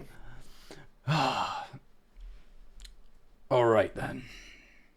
Here's my advice. Here's your wisdom right from my vast brain. I tell ya, if he came to the rock looking for me, he definitely went looking for others. There are some nasty folk who operate out of this little pebble. But since the olden days, they have to keep what they're doing hidden, or that damn Kalar will seek you out and purge you from this island. Can't be having that. Find him. Find someone stupid enough to work with Gnarlclaw, and you'll find the filthy scroll. You Thank have you. any idea? Anyone? Oh, just a direction. Just point us in a direction. I spend most of my time down here, working on me projects. I haven't long been in Brawl. Just a pit stop after my little trip to Toril. What's the name of your ship? The Scavenger. Ain't she a beauty? I've seen many in my days. None like this, my friend. This one used to be the pride of Glyph's fleet. Glyph? But what's a glyph? Like the magical? No, boy. Kind. No. It's where my kind call home. Oh. Sounds lovely. Oh, it is. Brain farms as far as the eye can see. The eating's good, but the company ain't so great. Oh, are you detached from your colony? I am. This is a rare find, everybody. Very impressive. I know what that feels like. And that's why I'll never be ruled again. Never be a slave to some other man's intention. I know too well how that feels. Freedom Yeah, is you always a do. better choice. Aye, you're right, lassie. I like the cut of your jib too. Thank you. Well, it has been absolutely lovely, but I believe we're going to cut our jib up those stairs. Hold it right there. And he Mid backing up. extends his finger towards you, and one of his tentacles on his mouth also extends in the same fashion, and he curls his finger as though beckoning you, while his tentacle does the same. We have a deal, boy. And we shake on our deals around here. Because there's honor amongst thieves. How much of a cut are we talking? Finder's fee. I wasn't able to give you much, so I'll give you a square deal. 25% of the bounty. I'll look back and forth. 17%. Roll a persuasion check. You just went down? Yeah, so Yeah. he asked for 25. He's saying, no, I'll give you 17 Oh. of the percentage. 30%.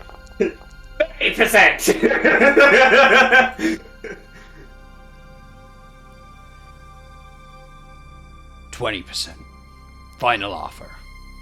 And I'm going to stick my hand out and cast Mage Hand up next to him. Okay. He puts his hands out, and as he does so, he levitates off of the helm of the ship towards you. Oh, I'm going to step back away. And then he starts walking across the boardwalk in your direction. Oh, this might end badly, everybody. Stand back. You're alright, Prey. Stand strong. Touch him. He gets within 5 feet of you and then thrusts his hand out. 20%. On the bounty of Gnarlclaw. You got yourself a deal. And he'll grab your hand and shake, and as he does, he buckles. Oh my. Are you alright?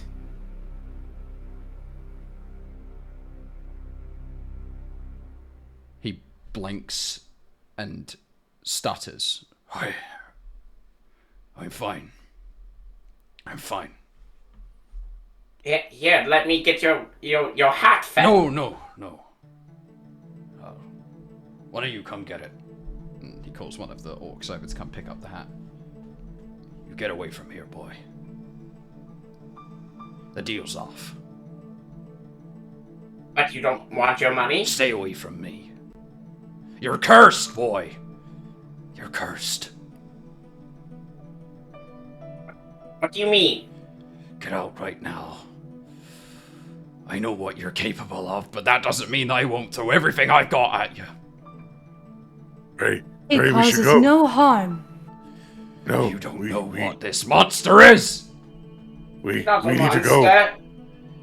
Pray, it's He's alright. but a boy. You're deaf incarnate. Be gone. Gideon, grab him. Just gonna be like standing there paralyzed. Celestine's Torque will gonna just- pick him up with one I'll arm, say, and then if he the- wasn't, yeah, Torque was you gonna both grab grab him by like either arm and make your way out. And Yue makes sure that she goes last, and As she you- kind of backs up the stairs while looking. Yeah, Right as at him. you're looking at him, you see he like reaches down to pick up his hat, but he like stumbles forward and then falls onto his backside, clutching his head, and his eyes are just wide.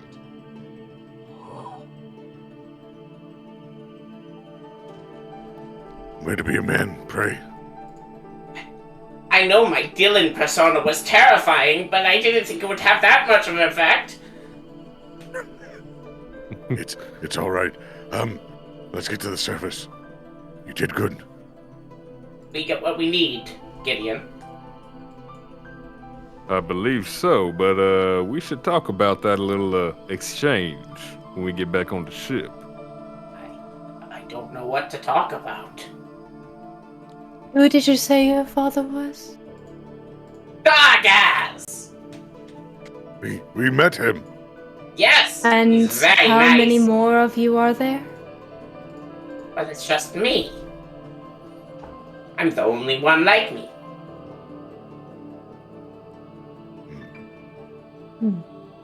Like I said, we'll continue this on the ship. For now, let's get out of here before our cover's blown. Okay. As you all make your way back up the stairwell, you feel a huge shift in pressure, as though a giant object has moved rapidly away. Excuse me. He moved. He took off. He's gone. Well, he was very rude to you, Prey. I do not condone that. I don't know why. I thought I was doing very well negotiating. That was You my did first very well. time. For real. And you shook on it. He should have kept his word. Oh well. So- More money for us, right? Pray, let me ask you a question. Have you ever been called Death Reincarnate before? Not. That's also my first time. Again, I think it was the Dillon persona. Very frightening. I see.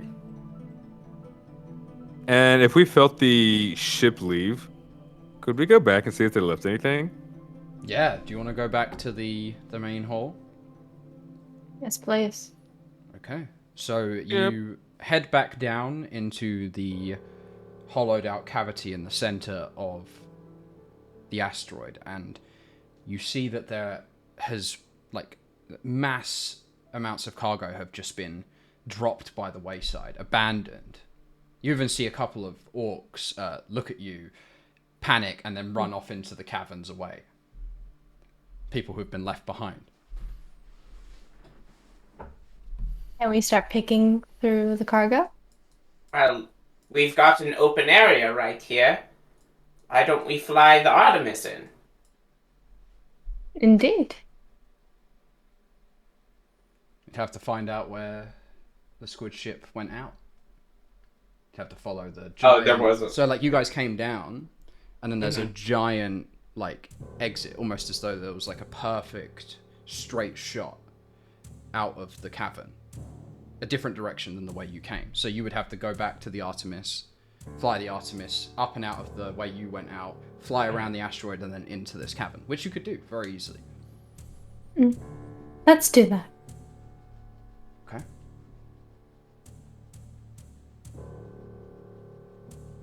All right. Well, we will conclude with what you guys find after our short break. It's around midway through the session, so we will see our wonderful audience again in around 5 minutes or so. Please do hang on. This has been a fun session thus far, and I thank all of those of you What out the there. hell are you, Dylan? Oh, That's yeah. Dylan in the is name a- of. That's gonna be the name of Like, the episode. iconic. What the who the hell? What the hell are you, Dylan? X gonna give Can it I to throw you, my so that's suggestion? one. Yeah, Death what's your incarnate. suggestion? Can it be Dylan in the name of? Dylan in the name Dylan of... in the name of I love that song. Rage. Rage Oh, Against the Rage Machine. is so good. All right, we'll see Can you we make guys. that as our opening now? We'll just get Rage Against the Machine. Yeah, you go and... I've met Tom Yeah, you go and sign up, Marrero Tom. before, you know. I've met Tom Marrero before, so Doesn't he? that counts, right? Yeah. He might play Okay. D&D. Sure. All right, we'll see you guys in a little minute. In a bit.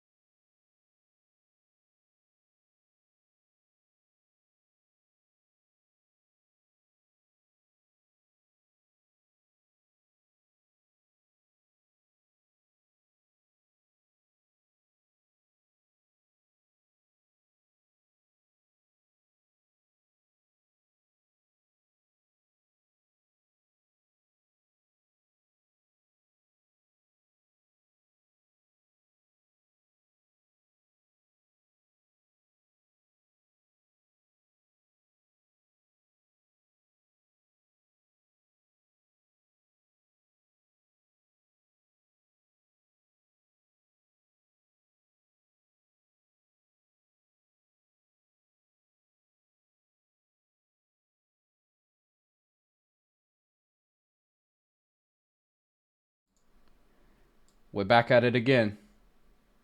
Don't call it a comeback. Well, it's glad to be back. We got Dark Forces. We're glad you're here too. I just noticed that you joined, so welcome to the jammers. The Jimmy Jammers. The Jimmy Jammers. Jimmy Jammers. We can't call us the Jimmy Jammers because then that just gives James way too much power. Too much power. Yeah. The Slim Jammers. No, I don't know. No. We might get sued by Macho Man Randy Savage's That's estate. a lot of. Oh yeah, step into a Slim Jim. Oh look, there he goes, just showing off. Oh god, look at democracy is in work. James is being. Apparently, James needs more power. I think he like the way he just terrified. Auxiliary power must be given by the Senate to James. Jar Jar Binks. Misa. Yes, we'll give him power. Oh, that's it. You guys have finally figured out who James has plagiarized with Precordium. It's just Jar Jar Binks. Misa. Oh. Misa name is Dillon. Yeah. There we go. Good job, Justin. Too good, Good job. Not good job. Teamwork. You're banned. Get off the stream. Oh. Who wants to play Gideon now? So were we able to find the? Yeah. Find So the you guys secret base? spend Can we take this over? Can this be our new secret base? Could be. Alright. We lay claim. Let's put a flag. You're gonna have to remember that there are like an incredible number of like subterranean entrances, and this is in what is the underdark of an outer space asteroid. So it might be a dangerous place to leave. Perfect. I mean, No one would expect Stop confusing things with issues, or stop confusing the issues with facts and logic, Rob. So we have to like get to Chutney and see if he's blown up the ship yet, or like. Yeah, what? we do have to go back to the ship and see what's going on. So yeah, we had to figure out how to get across the chasm. That's our part. The thing that you can do with the chasm is now that you have the rope still attached to the one side that you climbed across, you can just wait. Can you climb still, or did UA change whether you can climb or not? No, I still have climbing speed with Okay, UA. okay. With the new Arcana, yes, I could still have climbing speed that is equivalent. Because there's another thing that we needed to say is that Torque has now shifted over to the official UA statistics for his race that were released in the latest installment. Which we're so happy that happened. Yeah, no, we are. I mean, like, we all have our own thoughts and opinions on how those things should be developed, but Playing Jammer. we're just happy to see something we love get represented. And we're going to keep representing it ourselves. So, you guys make your way back up to the chasm. Torque climbs around the side of the chasm, tightens off the rope. Each member of the party can then climb across the rope with no check required. Until Celestian has to do the whole swinging number. No, right? he doesn't have to do that this time. Alright, and then He's already injured. We're There's going enough to lose open him if he has to do that. yeah. I wanted to see him slap into the wall like Wile E. Coyote again. Or Georgia the Jungle. Woohoo! Yeah, no. So Slam into it. George of the Jungle. He's so watch much out better than for that Tarzan. wall. Oh, that poor guy. Up on that tree. That poor guy. Let's not get into the memes about what's his Or name. Brendan Fraser. That's it, Brendan Fraser. Brendan Fraser. Oh, poor Brendan Fraser. We love you, Brendan Fraser. Keep fighting. I don't know if he's done anything bad. This might look bad in a few years, whatever. He's on Doom Patrol. It's pretty good. Okay, cool. That's good. Oh, well, congratulations to him. Yeah, good for him. So you guys make your way back to the ship successfully.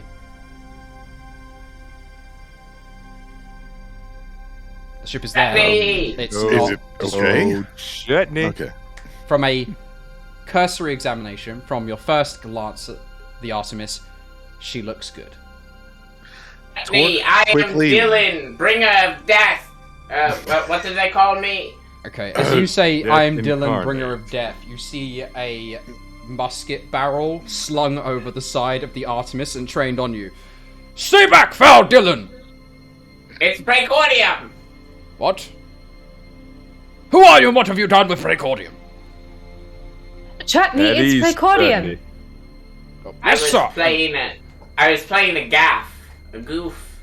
He puts the musket down. It's a huge musket. The long neck almost comes all the way up to his like lower jaw, and salutes his captain as he approaches the ship. All is well, sir. Can I say I'm just disappointed we did not do a Monty Python skit and there was coconuts involved. Literally. Anyways, back to this. We are the French. You get a coconut in brawl. Are Your you father suggesting smells of coconuts, Margaret? elderberries. Are you suggesting coconuts, Margaret? Well, maybe doves carried them. Yeah, but does the swallow have an air envelope? There we go. I have something that looks like a coconut. Envelope. It's got a fuse on it, though. Anyways, sorry. Okay. Certainly, has anything happened? Not much to report, sir. I did slay a few underdark creatures. Like And what? how many watermelons did you slay in the meantime? Orc sprints to the kitchen. Torque sprints to the kitchen, and it looks like there are remnants on the floor of 2 watermelons, but That could be a disguise for many more. considering that you left him in here and he busts down the door just to get in, 2 isn't so bad. Torque's gonna count It's the also supplies. his birthday. Yeah, it's true. But Torque is still going to count the supplies. And so let's just see if Torque. I'll do an intelligence check to see if Torque actually counts. To see if it seems correct. But He sees the remnants of 2 watermelons, but he still needs to do the math in his head. Let's do an ability check. And Torque rolled a whopping 5. That's a -1 of 4. So Torque goes. Yes, seems all there. Okay, yes. There are 2 broken on the ground. Okay. Perfect. So as Torque is rummaging around the kitchen, Chutney shows to you the charred and obliterated corpses of a few like giant spiders that he managed to kill while he was here on his own. Wow. They look like they were burned and ripped apart with shrapnel, as well as laden with Incredible. bullet holes. Yes, sir. You see this? Made fried spider. I wouldn't suggest eating it, sir. Oh. Did anything else happen while we were gone? No, sir. Nothing at all.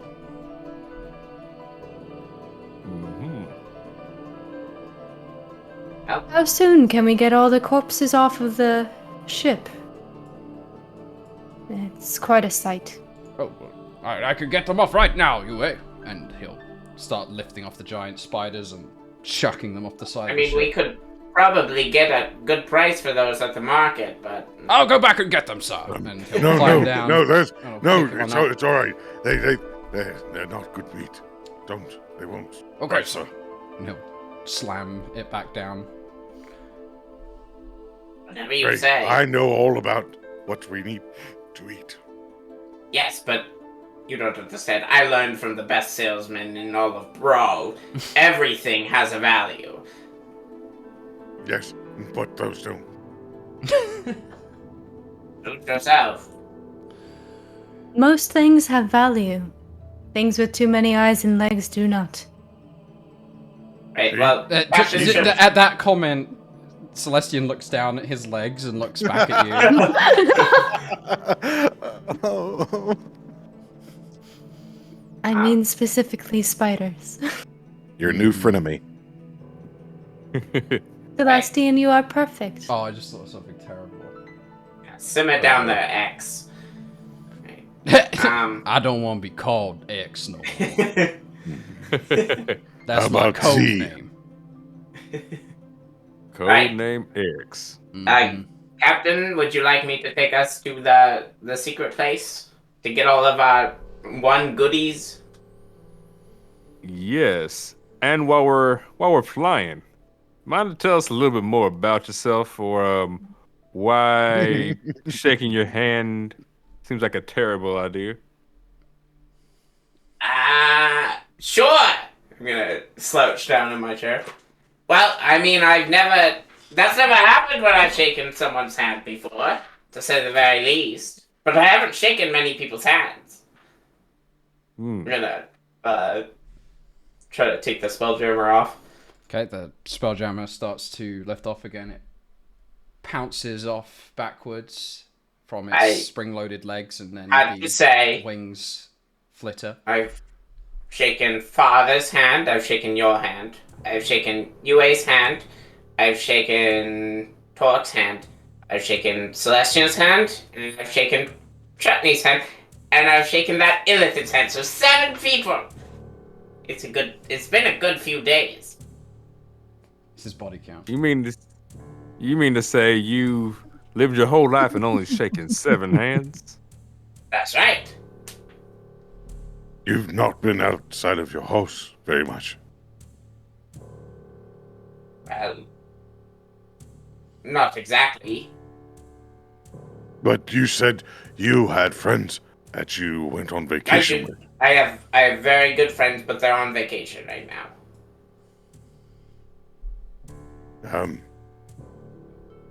How long they been on vacation? Since I left school. Ray, Yes. are they real friends? Of course they're real friends, but who would have fake friends? So Torque had a friend long ago, Mm-hmm. but he wasn't really Torque's friend. But he was not nice to Torque. Were these friends nice to you? Oh, very nice. They still are very good friends, just away right now. Should we hopefully meet them one day? I hope that they are still nice to you. Oh, you won't meet them, no. Why not? Oh, don't worry about it. But Torque is worried about Prey, since he's the seeker or whatever was just told. I'm not whatever that guy was talking about. I don't know what his deal was. Can we get back to the fact that I'm flying a big dragonfly spaceship and need to concentrate? Torque will just put his hand real quick on Prey's shoulder. Torque is your friend. I did not mean to upset you. No, you are a wonderful friend, Torque, and I appreciate you being here and everything you've done for me. It's just a lot right now. Torque will make you oatmeal. It sounds delicious. Brown sugar. I mean, I was wondering cinnamon. if you had. I was wondering if you had the little dinosaur eggs. Torque will make you whatever you want. You put them in the oatmeal, and they melt, and there's little dinosaur candies inside of. Torque does not have them. Well, Torque has some marshmallows. Would that be good? Can you make them look like dinosaurs? I can shape that. I will cut them out like stars and horseshoes and maybe even clover. Damn it. That sounds wonderful. All right. Careful. Don't. Careful. Gideon, do you need anything else, or should I just bring us to the hole? I think that'll do for now. Right. Okay, so you manage I'm gonna to head for the hole. find the yet again illusory hole in one of the sides of the asteroid. It seems like the asteroid itself is kind of riddled or pockmarked with these various illusory holes that give large vessels access in this way. You fly the ship throughout the swirling tunnels until you find yourself in the gravitational plane room.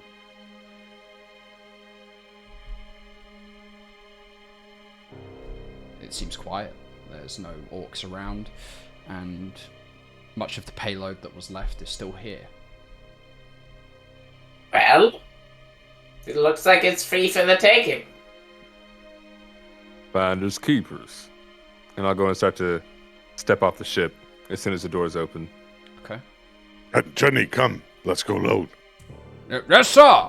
Celestian will... No, talk, not sir. Come, let's go. Yes, sir, talk!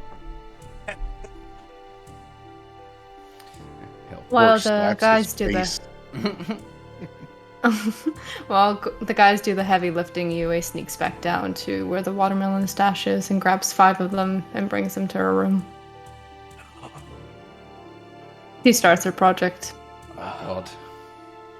Alright, so Yue sneaks off while everyone else is lifting things to her room with 5 watermelons. Precordium is pretending to help, but doesn't really help at all. Okay. So you guys bring... Oh, it's still heavy. Good work! Good work, everybody! Sees Straw bossing it. Celestian and Talk are like on either ends of a giant crate, and he comes over and holds the middle a little bit, like, "Oh, I'm helping." Yes. Like Such a he's straw like holding boss. on from the top, making it heavier. Yeah. Pulling it down. Okay. So over the course of about an hour, the crew manages to bring all of the leftover crates, barrels, and assorted raw materials onto the deck of the ship, now to be investigated. Yes. Can I cast some guidance? Yep, you can cast guidance on whomever you so wish.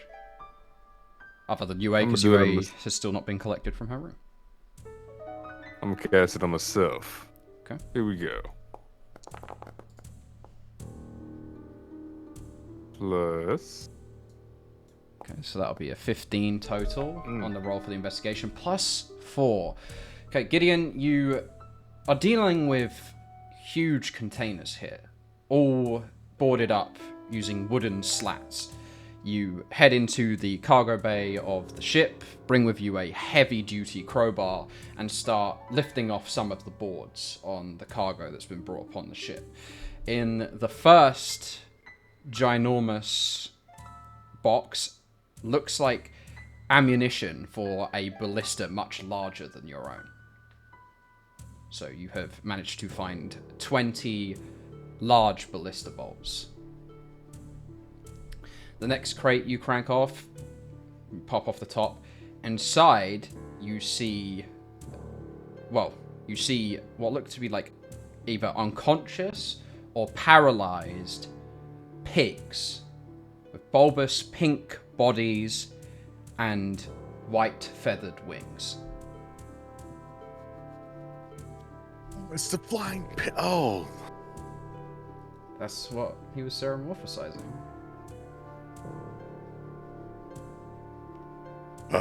Talk can There are do 3 of all them. kinds of stuff with those. Come again, Torque? I can make some delicious bacon and hams out of those. Can you make axe beak steak out of these? Something even better. Bacon is better than everything you've ever had. He's got a point. I'm excited. Not Push these just little fellas out of the misery. not just bacon. Space bacon. I can. God damn. It will take 10 days. So you have to be Bacon. patient and pray to make the bacon. We need a bacon timer in this chat. Thank you. Yeah. Ray it wants actually that takes- bay. Just so you guys know, it does take 7 to 10 days to cure a pork belly to make it bacon. Anyways. This is now just Ryan's more you know. cooking stream. Like, We'll do those. We'll do those on special episodes. We'll have And Rob's to. gonna do one on Friday. I will do a torque cooking special one time. you're gonna have to stream one of And your just do that. famous barbecues. Absolutely. Yeah. You guys can see the grills and everything that I've got. So, Okay. but yeah, well, I'll make those and hams, and we can have pork chops and everything. Sounds good to me. Okay. Do you want to pop open another crate? Sure do. Okay. The next crate is full of large planks. Like, it looks like these are planks that have been saved up to be used to repair the ship if it gets damaged. So, some raw materials. Suddenly, Yue is standing right next to him. Oh, there's Yue. Would you like where did some you help? come from? Jinx! Yeah. Yikes! Do you not need help? Yeah, now just taking inventory, but sure. She picks up like 3 planks and like hoists it up and like swings around, missing Gideon because he ducks and starts running up the ship to put it away. Okay. So you go unloading the planks downstairs. Precordium sticks his hand in and tries to pick up just one plank, and he's like, eh. I'll leave that to others. I picked up 3! How weak is he? How are we That's- measuring that's this? strange. What are 3 planks versus 1? What's the weight, Rob? I'd say the planks probably weigh a good, like, 30 pounds each. They're big, hardwood planks made for reinforcing Yue is ship hulls. swole. I mean, 90 pounds is not that much in terms of, like, Yeah. push, carry. But I have juggling. 7 strength, Yeah, so I'm exactly. You'll find out why she's swole later. And your skinny little fingers can't handle it there. I would can't. assume. I can't get a good grasp. It's just got, no, but he has big. It's like, they're I long, have a though. good grasp. But I they have no meat to them. They're Yeah, just I like, have it's like ET fingers, I Yeah. mean, come on. What we don't Like know is that wrap around. the like extra knuckle is incredibly like. It goes the opposite way, yeah, so he it- can't hold Oh, anything. imagine It that, goes like that the way. wrong way. It's disjointed, but only in the extra knuckle. What's it like? What's the opposite? It's a triple grab. No, Rob. What's the beast? Oh, it's a Rakshasa. He's got 2 Rakshasa. hands. Yeah, Mhm. yeah. Okay, so you guys get the boards. I don't want to take too long on cargo loading, but the We last. don't want anyone to get bored. All right, listen. Can we take Christina away that nailed it inspiration early. from earlier? Yeah, she nailed it with the pun earlier. That one was subpar You nailed it. compared to hers. Oh, She had for God's hers. sake, man. Well, she nailed Have it with the you plank. I was trying to Shame. sneak that one by, James. James, I was trying to sneak that one by, and then you Piece got to of call loose. it out. The worst. I remember the episode where they talked about boards for a really long time. I got so bored. Yeah. Come on. And that's it. That's it. We're cutting it off. Now. That's it. All right, It's so done. we It's got done. It's the done. ammunition, we got Okay. the piggies. Ammunition, piggies, boards, and the last one. This is the one that is interesting. It's the Lost Covenant of the Ark. You open up a square crate, and inside you find The Book of A- Precordium. no a ginormous black metal anchor, on the hook of which is inscribed something in Draconic. I don't know that. Who Maybe speaks Draconic? Big guy? Yeah, Celestian speaks Draconic. Okay, Celestian will I walk speak on over, Draconic as well. looking. Weird. His name. What's it say? Say, Girdlax. Girdlax. Girdlock? Have I heard that name before? No. Okay. That's it? That's all it says. It's Girdlock. Girdlax. Well, it looks like we stole his anchor. Maybe we should return it? Remember what I said earlier about finders keepers? Still applies. I like this one, though. Can we keep it for ourselves? I don't want to sell. Well, I mean, every ship needs an anchor. True. And it was hell to bring it up here. We can just scratch out the name real quick and No. That would be No. wrong. It'd be wrong to scratch out the name. Just like no one should ever scratch out the name of your ship. Just like I don't want anyone to scratch off what you put on my blade.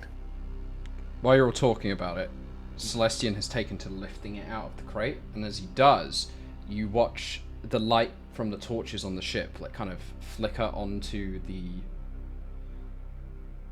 anchor itself, and you see that the sides glimmer as though they have been worn or sharpened to an edge and to points on the sides of the hooks.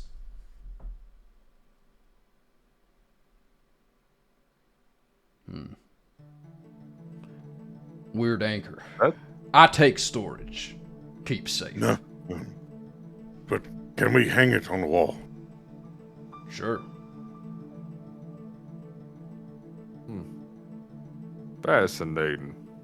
I'll look into it later. For now, I'm tired and I'm hungry. I second that. Captain Gideon, sir. Yes! Oh, yes. You said your second I wanted to be a bigger number, Oh. so I fixed it. Well done. But Chutney, what were we about to say? I do not think it wise that we remain here. We should head back to where it's safe, sir. As demonstrated Oh. by my efforts earlier, there are many spiders in these hills. Well, of course. I was saying we should leave so I can eat sooner.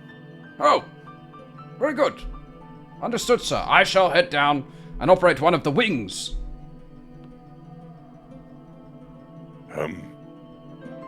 That's usually, Torque and Celestia's job. Oh, I just wanted to offer my services in that regard as well, sir. He can have mine, Gideon, if, sir, the captain. Why am I calling you sir?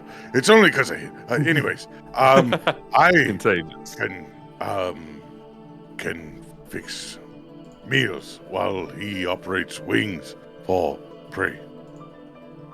Now we're talking. All right, I'll cut up some chops and then we'll get them going.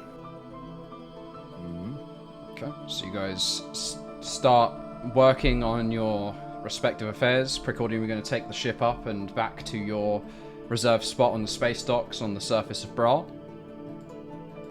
Yes. Okay. By this point, it's growing late in the evening, by colloquial terms. Mid to late evening, around 7, 8 o'clock. Is there anything anyone would like to do besides what has already been stated?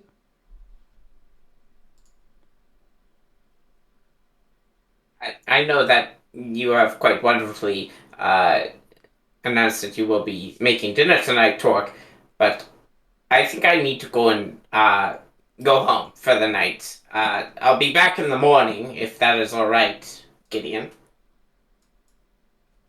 That's fine. I got a few things I gotta do off the ship as well. So we'll meet back here later in the morning. Is no one going to eat my food? I will I'm be gonna here. eat first. Yeah. But afterwards, I gotta go look for a few things. I hungry. I eat. Aye. I help. You need. I'm sorry, but these matters are quite urgent, Dork. Yes, I understand. Keeper of Death. What's Dillon? I'd prefer if you didn't call me the mean name that the tentacle man called me. I'm sorry. Talk speaks very literal. I don't mean to offend you. Remember, Talk is your friend, and I will always be there for you. Same to you. Except for right now, I have to go somewhere else. I'm not going to be here for you. But before he All right. goes, Yue comes back out and goes, wait. Before everybody disperses and leaves, come to my room. Bring Chutney and put a blindfold around him. The rooms are really small. Are we gonna fit? Yes. All right. Okay, everyone makes their All way right, if you into say so. Yue's Yeah. room. And she goes, ta-da! And she has built basically an entire thing just out of watermelon that looks like chutney holding up a watermelon, smiling. Out of watermelon. Chutney, With like It's traditional beautiful. Chinese carving, you know, like you watch those Instagram videos of people just carving into soap and every little thing they can Oh, find, and Jesus it Christ. just looks like that. When did you have time to make this? When you were unloading. That was fast. Oh, Mm. we could sell this, you know. Chutney rugby tackles the structure. God. No. The And watermelon start- sprays at everybody. He starts All my clothing becomes damp immediately. Like a Just watermelon Gallagher, spray. like a Gallagher devouring event, right? himself, just tearing into his watermelon flesh.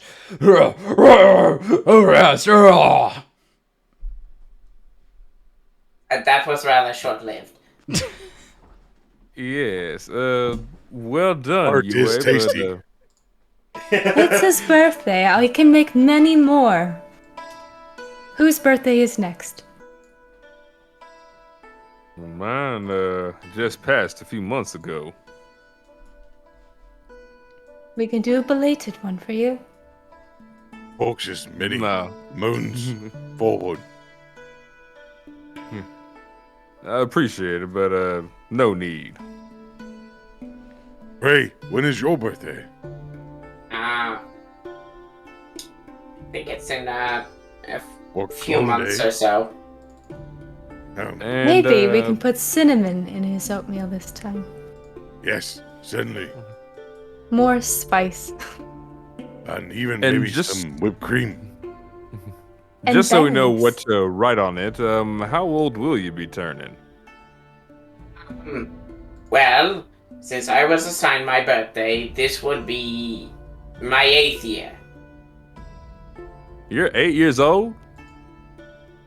Well, I would presume it hasn't been 8 years since I was alive, since I asked for my own birthday from father. Your culture has some interesting philosophies. Didn't know Years it of was a culture. legitimization. And how many years did you count before those 8?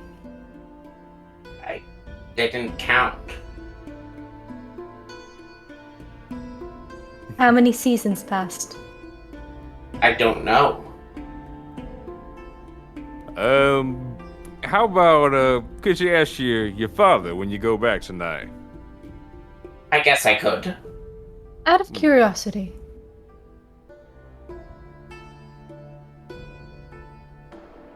Yes. Was that a setup to you asking a question, Christina, or were you just saying out Or of you just saying that? It was a statement. Yeah, no, out of It was curiosity. a statement. No, forgive me. Pray, I was piggybacking. Yes. Pray, would you like company for your trip? No, I think I should go alone. Okay. I just when I'm sad or angry, I don't want to be alone, or sometimes I do.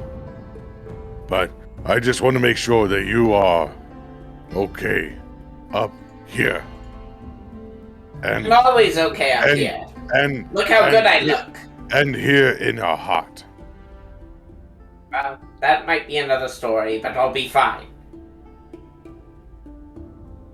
Porker quickly whip out his crayons and grab a scratch piece of paper, and he will color in a heart shape and then hand it and press it against Prey's chest and just there, and then hand it and leave it there and walk away. Thank you. And you all, good luck with what you're doing tonight. I'll see you in the morning. I must be off. And he'll A good turn evening. and walk out. Okay.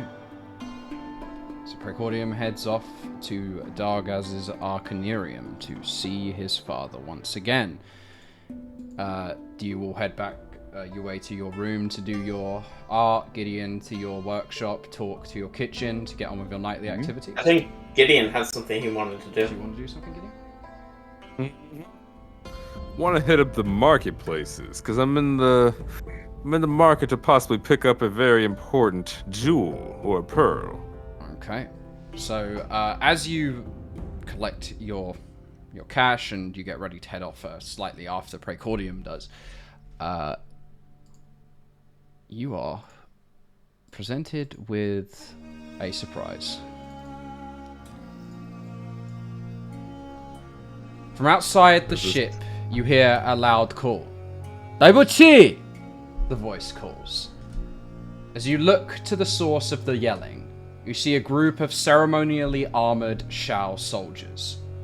They stand proudly and patiently, waiting for their call to be answered. Come again? It means excuse me. Oh, you're excused. Do you have business? I'm here to ask some questions, if that's all right. What kind of questions you asking? Well, firstly, I believe introductions are in order.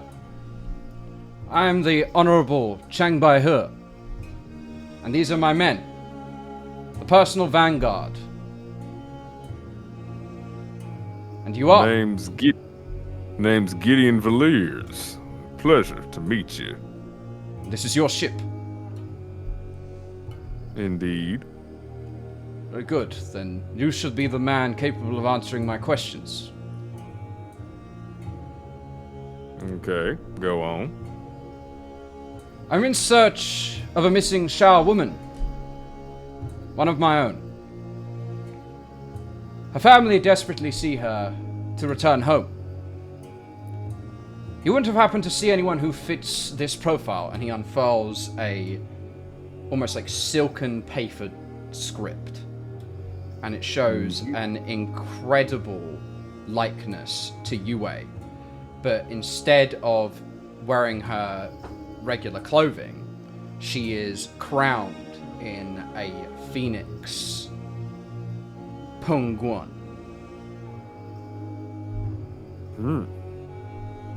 That's quite a beautiful portrait you got there.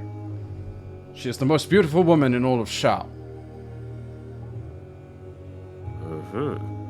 Can I do an insight check on them to see if they're of malicious intent? Yeah, roll an insight check. I want to kind of guide myself as well, just in case. Oh.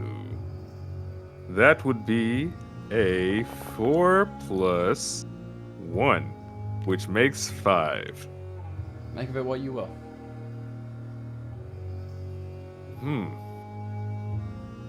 Well, next time I see a beautiful woman like that, I will be sure to ask her what she's doing on a place like this. I'd quite like to know the answer to that question myself. You're telling me you haven't seen a woman who fits this profile? I'm telling you, I got business I gotta attend to. You wouldn't mind me examining the contents of your ship, would you? Just to make sure that she's not stowed away somewhere where you couldn't see her. Of course I'd mind. I'll tell you what, I will personally check my ship as soon as I come back. And until then, don't step on my ship, because I got some other people that are in there that are guarding it. Very well. I'll wait for your return. No need, I'll find you. I'm not going anywhere, sir. Not until I know that that woman isn't on your ship. And why might I ask, are you so transfixed on my ship? Do I look like I would have a beautiful woman like that with me? So the network of Shao intelligence extends across many known universes. I have intelligence that informs me that there is a beautiful woman aboard this ship. one of Shah descent. Funny that. Well, I will get back to you with that. And like I said, until then, don't step on my ship. I wouldn't dream of it, sir.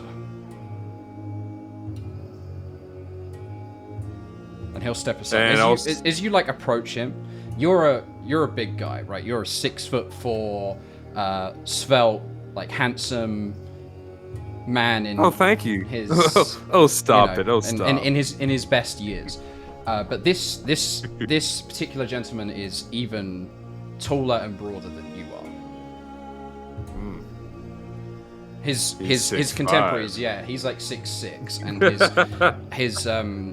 his 9 guardsmen who are all standing with him are far smaller, but they all look like men in their middle age, so probably seasoned veterans. But he is young, and he is also incredibly handsome. Strong cheekbones, a granite jaw, a full head of flowing hair that's been like pinned up into a bun. Well, it was a pleasure to meet you, Chang, but I gotta head out. Please, sir, call me by her. My father is Chang. By huh? By her. By who? And in the common tongue, it means the crane. All right, then, Mr. Crane or Mr. Baihu. I will give a nice little bow and back up, but still be keeping an eye on him. Okay. He yells some orders in Shawnese, his men, which like obviously because it's a form of common, you can extrapolate information around it. You understand what he's saying. He's basically ordering his men to like set a perimeter around your ship, but like not to advance on it. I'll kind of say to myself, James, that's another headache. Yeah, I was just laughing that this guy just strolls up on our fucking ship and sets a perimeter around it like he's got this energy. Like, what the hell? Yeah, I could do that. Okay. Big Chang energy. Yeah. All right. So you head off to the market, and while you're at the market, we will see what is going on with Precordium. One moment, just to switch over the music a little bit. Also, this music is awesome open source music, so I will leave a link to it in the YouTube video and the VOD. Yeah, links. Love it. Link it up. Okay.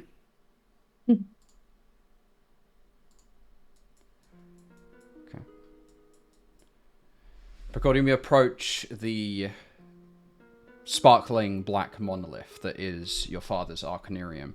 As you approach, you see the spinning mobiles at the top and center begin to fix into place, concentrating the starlight from above into a pillar of light before you. I'll step in as if I'm stepping into an elevator. Okay, you step in. As soon as you do, you appear in the stark white dining hall. Your father is sat, waiting patiently by his dinner. Father, it's 8 p.m. and you haven't started eating. I was waiting for you to return, Precordium. All this time, you've just sat there. Is that the same meal? I knew you were coming, boy. Father, I have a question for you. It's about the Illithid. No. Captain Icarus. Yes. As the terms that we discussed quite some time ago about the incident that occurred under my tutelage here, I believe, from what I understood, Captain Icarus would not recognize me from my training.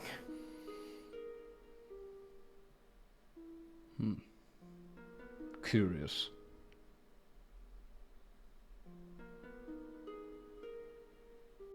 that all you have to say? You must be hungry. It's your favorite. I look at the bowl in front of me. Oatmeal.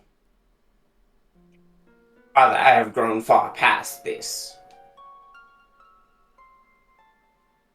You raise your voice to your father. No, Father. Have a spoon.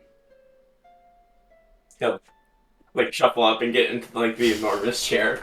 Little booster seat. He'll like kind of like put like a frowny face on and take a spoonful of oatmeal. Good. How disappointed is Precordium at this point in the oatmeal? It's horrible. It's the worst thing he's ever tasted, and he's only tasted like 4 things.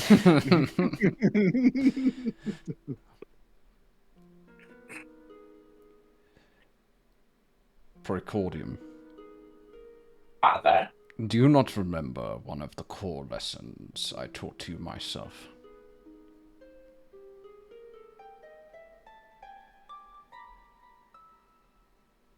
Standing up to wipe. Well, obviously standing up to wipe, but I meant more importantly, never believing everything you hear and see. What is tangible? What is truth? Father, that was another question that I had for you. Is this all another test? Is life not a test and a lesson in itself, Precordium? I guess so.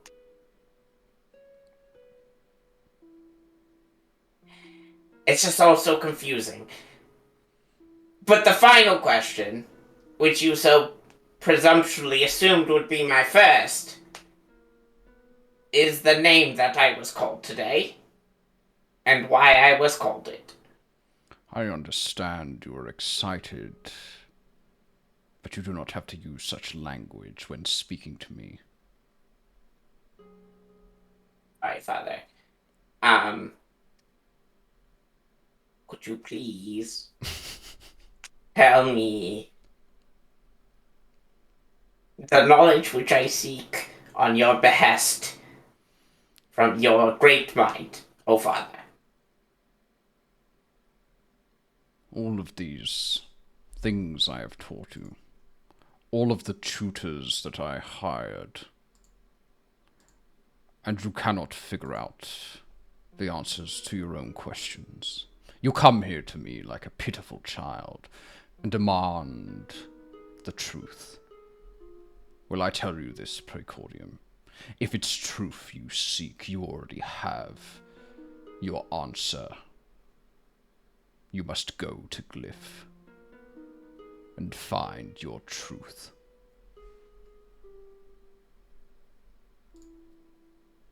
I just heard of that today. How have I learned of it in my training? Is this more training?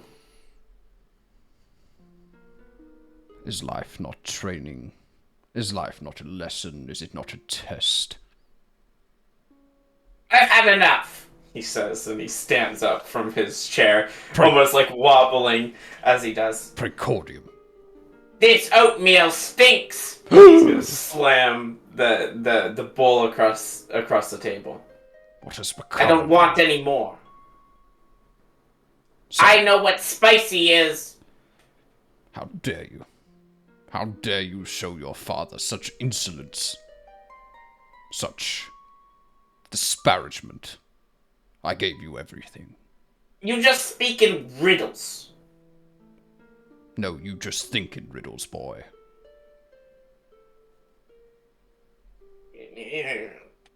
And he's gonna turn on his heel. Goodbye, Father.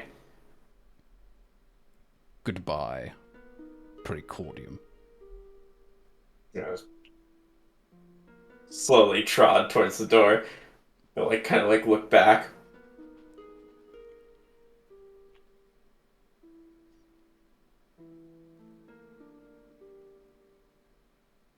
Enjoy your dinner. And then he's gonna walk out the door. One more thing before you go, boy. What? You are not 8 years old.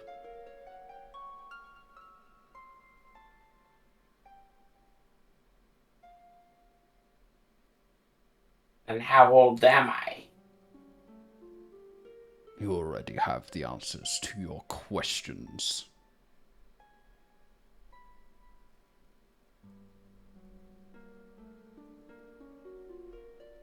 And with these riddles. And he's gonna step through the door.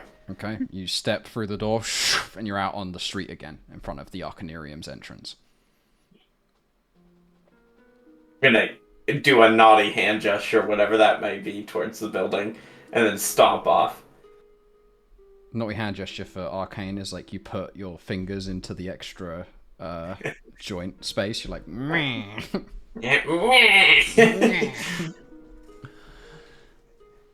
Okay, so you gonna head back to the crew, or are you going elsewhere, Precordium? I'm stomping back to the crew. Okay, Gideon, you are in the search for a identify pearl, I assume. Yes. Okay, if you have the money for it, you find one and you can buy one. We don't have to go through it if you don't want to, unless there's something else that you were hoping to gain from a shopping scene. Yes. Okay. I was hoping to negotiate a lower price, and I had an idea. Do you understand the paradox of what you're saying? If it's worth Maybe. less and you get it for a lower price, then it's not a 50 gold piece pearl. 100 piece. Or 100 gold. 100, whatever it is. Okay, fine. Yeah. For material components, I don't budge on because of that paradox that I have in my head. But if it was something else, I'd obviously allow you to go for it. Okay. Yeah, I'll use money from my own pocket and then some of the down payment from what we got earlier. Because it's something that everyone can use. Yeah, very useful for the party. Okay, so you purchase yourself Yes. a Identify Pearl. And then once you're done with the Identify Pearl, is there somewhere else you'd like to go?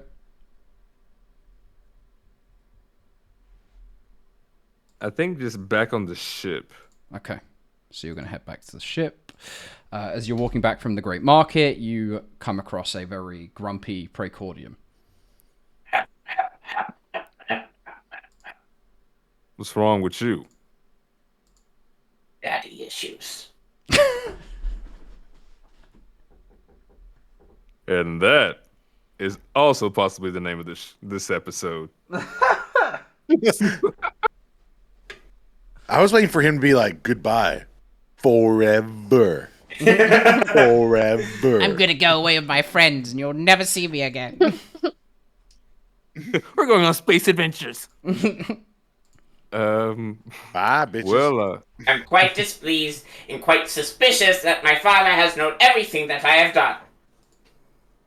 But he always does. I'm sorry to hear your relationship with your father is complicated, but It has become so. Just on the bright recently. side, Within the past hour. well, up until that past hour, at least you can say that you knew your father. That's something. Not everyone can say that.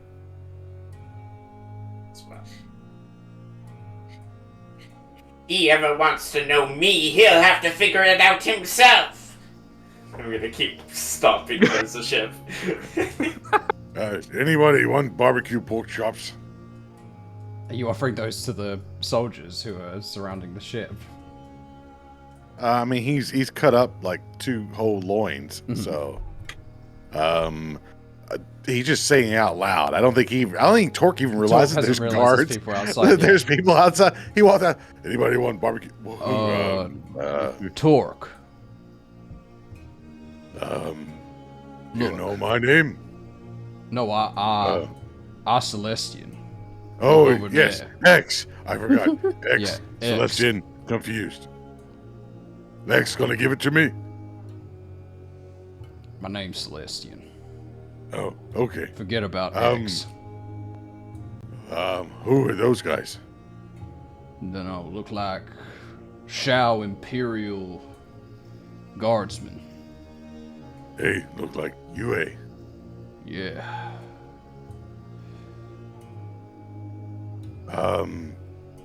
Why they own ship? They're not on ship, they're around ship. Uh, Look down. oh, I see now. Yeah. Um, It's probably bad.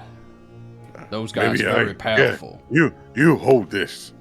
And he'll just hand the platter of pork chops to Slushian For me? and run off to eat. No, for everyone. But Ah. have what you want. Take what you want. I could cook more. Alright, And he will sprint. alright. He will sprint like where he's running down the hallway, like hands on the walls, like moving down through like a true ape to UA's room and like starts banging on the door. UA. Sorry. Come in. Um, What is all the banging of? there's more people that look like you here. Did they say where they are from? They're from where you are from and flown all those jammers. And at this, Yue puts her hand on Torque's shoulder. I will explain everything in time, but please trust me. And she puts on her disguise kit. Okay, so Yue is going to change her makeup and put on a wig that shrouds the color of her hair in gold, and does some other slight cosmetic changes. She wraps herself in a gown that is not representative of Shao culture, but another similar culture. Orc will just look and go, Prey is Dillon, death, and you now wear this outfit. Oh, just throw his hands up in the air and like walk off. Okay. Yue slowly walks down the hall and emerges on the deck and addresses the Shao captain. Ni hao. So there was one of our own on the ship, as I suspected. She looks at him with a tilted head and raised eyebrow. But I am not from Shao. Not really. Well, your garb certainly does speak more of Toulon. Precisely. My mother was Shao, I see. but I was raised outside of the city limits. Very well. Have you seen a woman who resembles this profile? I must find her. No, Do you know who this I woman have is not. if you are Shao? I do not know who this is. Peculiar. Were you born in space? Yes, Makes sense.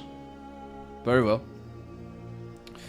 That'll conclude my investigation. If you see anyone who fits this profile, there is an incredible bounty, and I would be happy to share it with whoever finds her. Good day Of to you. course. And he'll bow, and then he orders his men to turn and leave. Who all heard that? You would have been present, Chutney's present, Celestian. Celestian's present, and as they're marching off, Gideon and Precordium are arriving from their endeavors. Oh, so they're leaving? They're leaving. They're coming down the. So if you look at those the map, two didn't hear, but they were walking up as they're leaving. right? They didn't hear it, but as they're leaving up what is Dock Street, they're coming down, and they see them in the middle of Dock Street marching past, without Yue in tow. What's their problem? Never mind, I have my own problems. Captain Chung will nod at you, Gideon, as he walks past.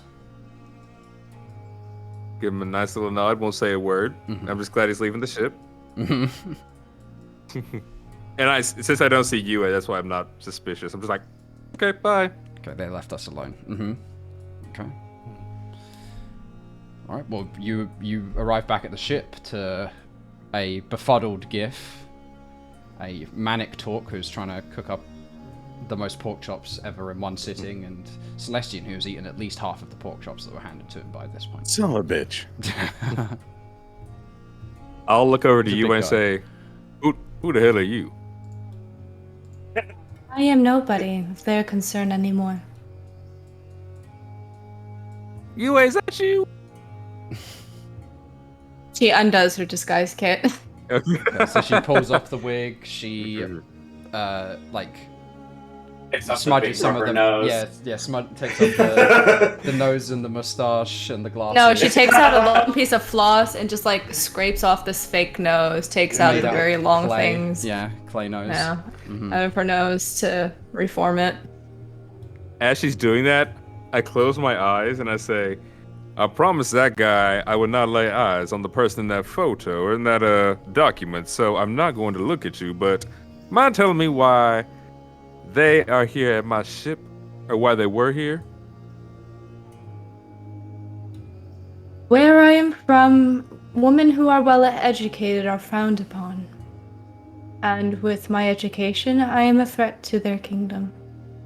So they are hunting me. I see. Yes, Uh, my yeah. education is also a curse. Gideon, remember Remember, how you found me and how you who you are. We're all a little bit lost. And don't right. don't throw her off. I didn't say anything about throwing her off. I just wanted to know No. what the situation was. I know. I just don't want you to do that. We're kind of the ship of the lost. Well, the poetica, you Torque. I like this poetic side of you.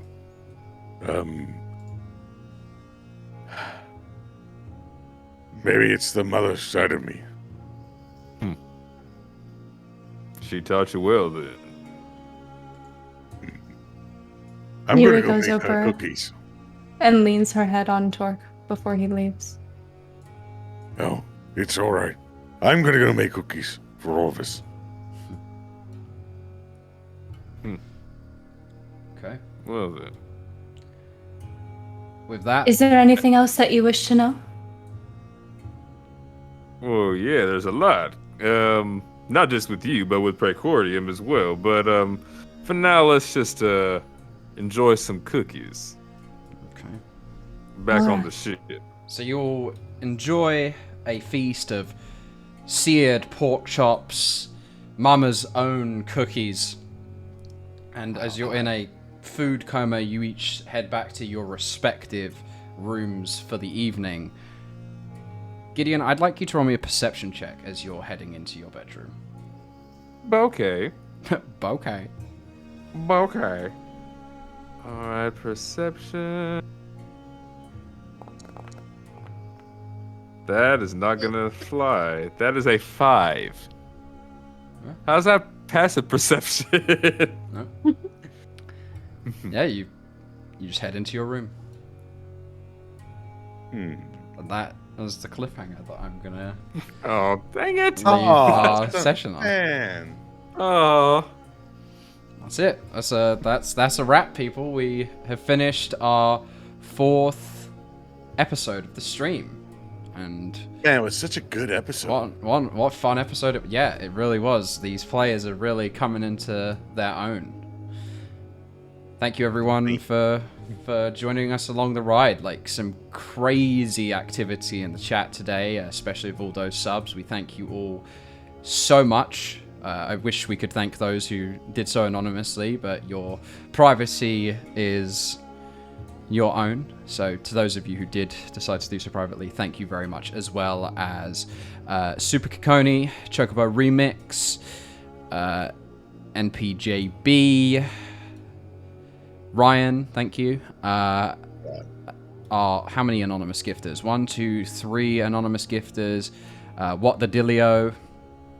And I mean, all of our subscribers. Yeah. I mean, we have so many that have joined and just, I mean, really incredible.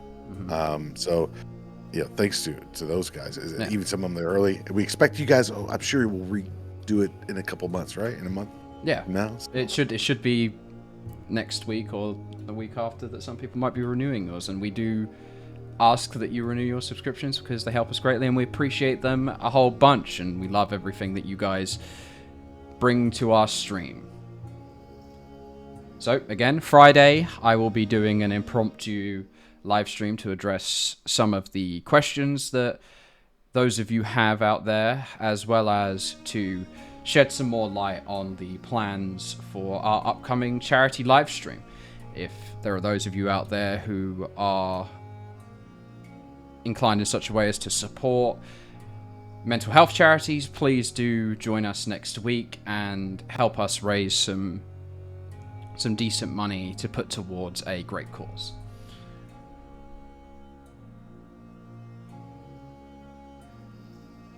Okay.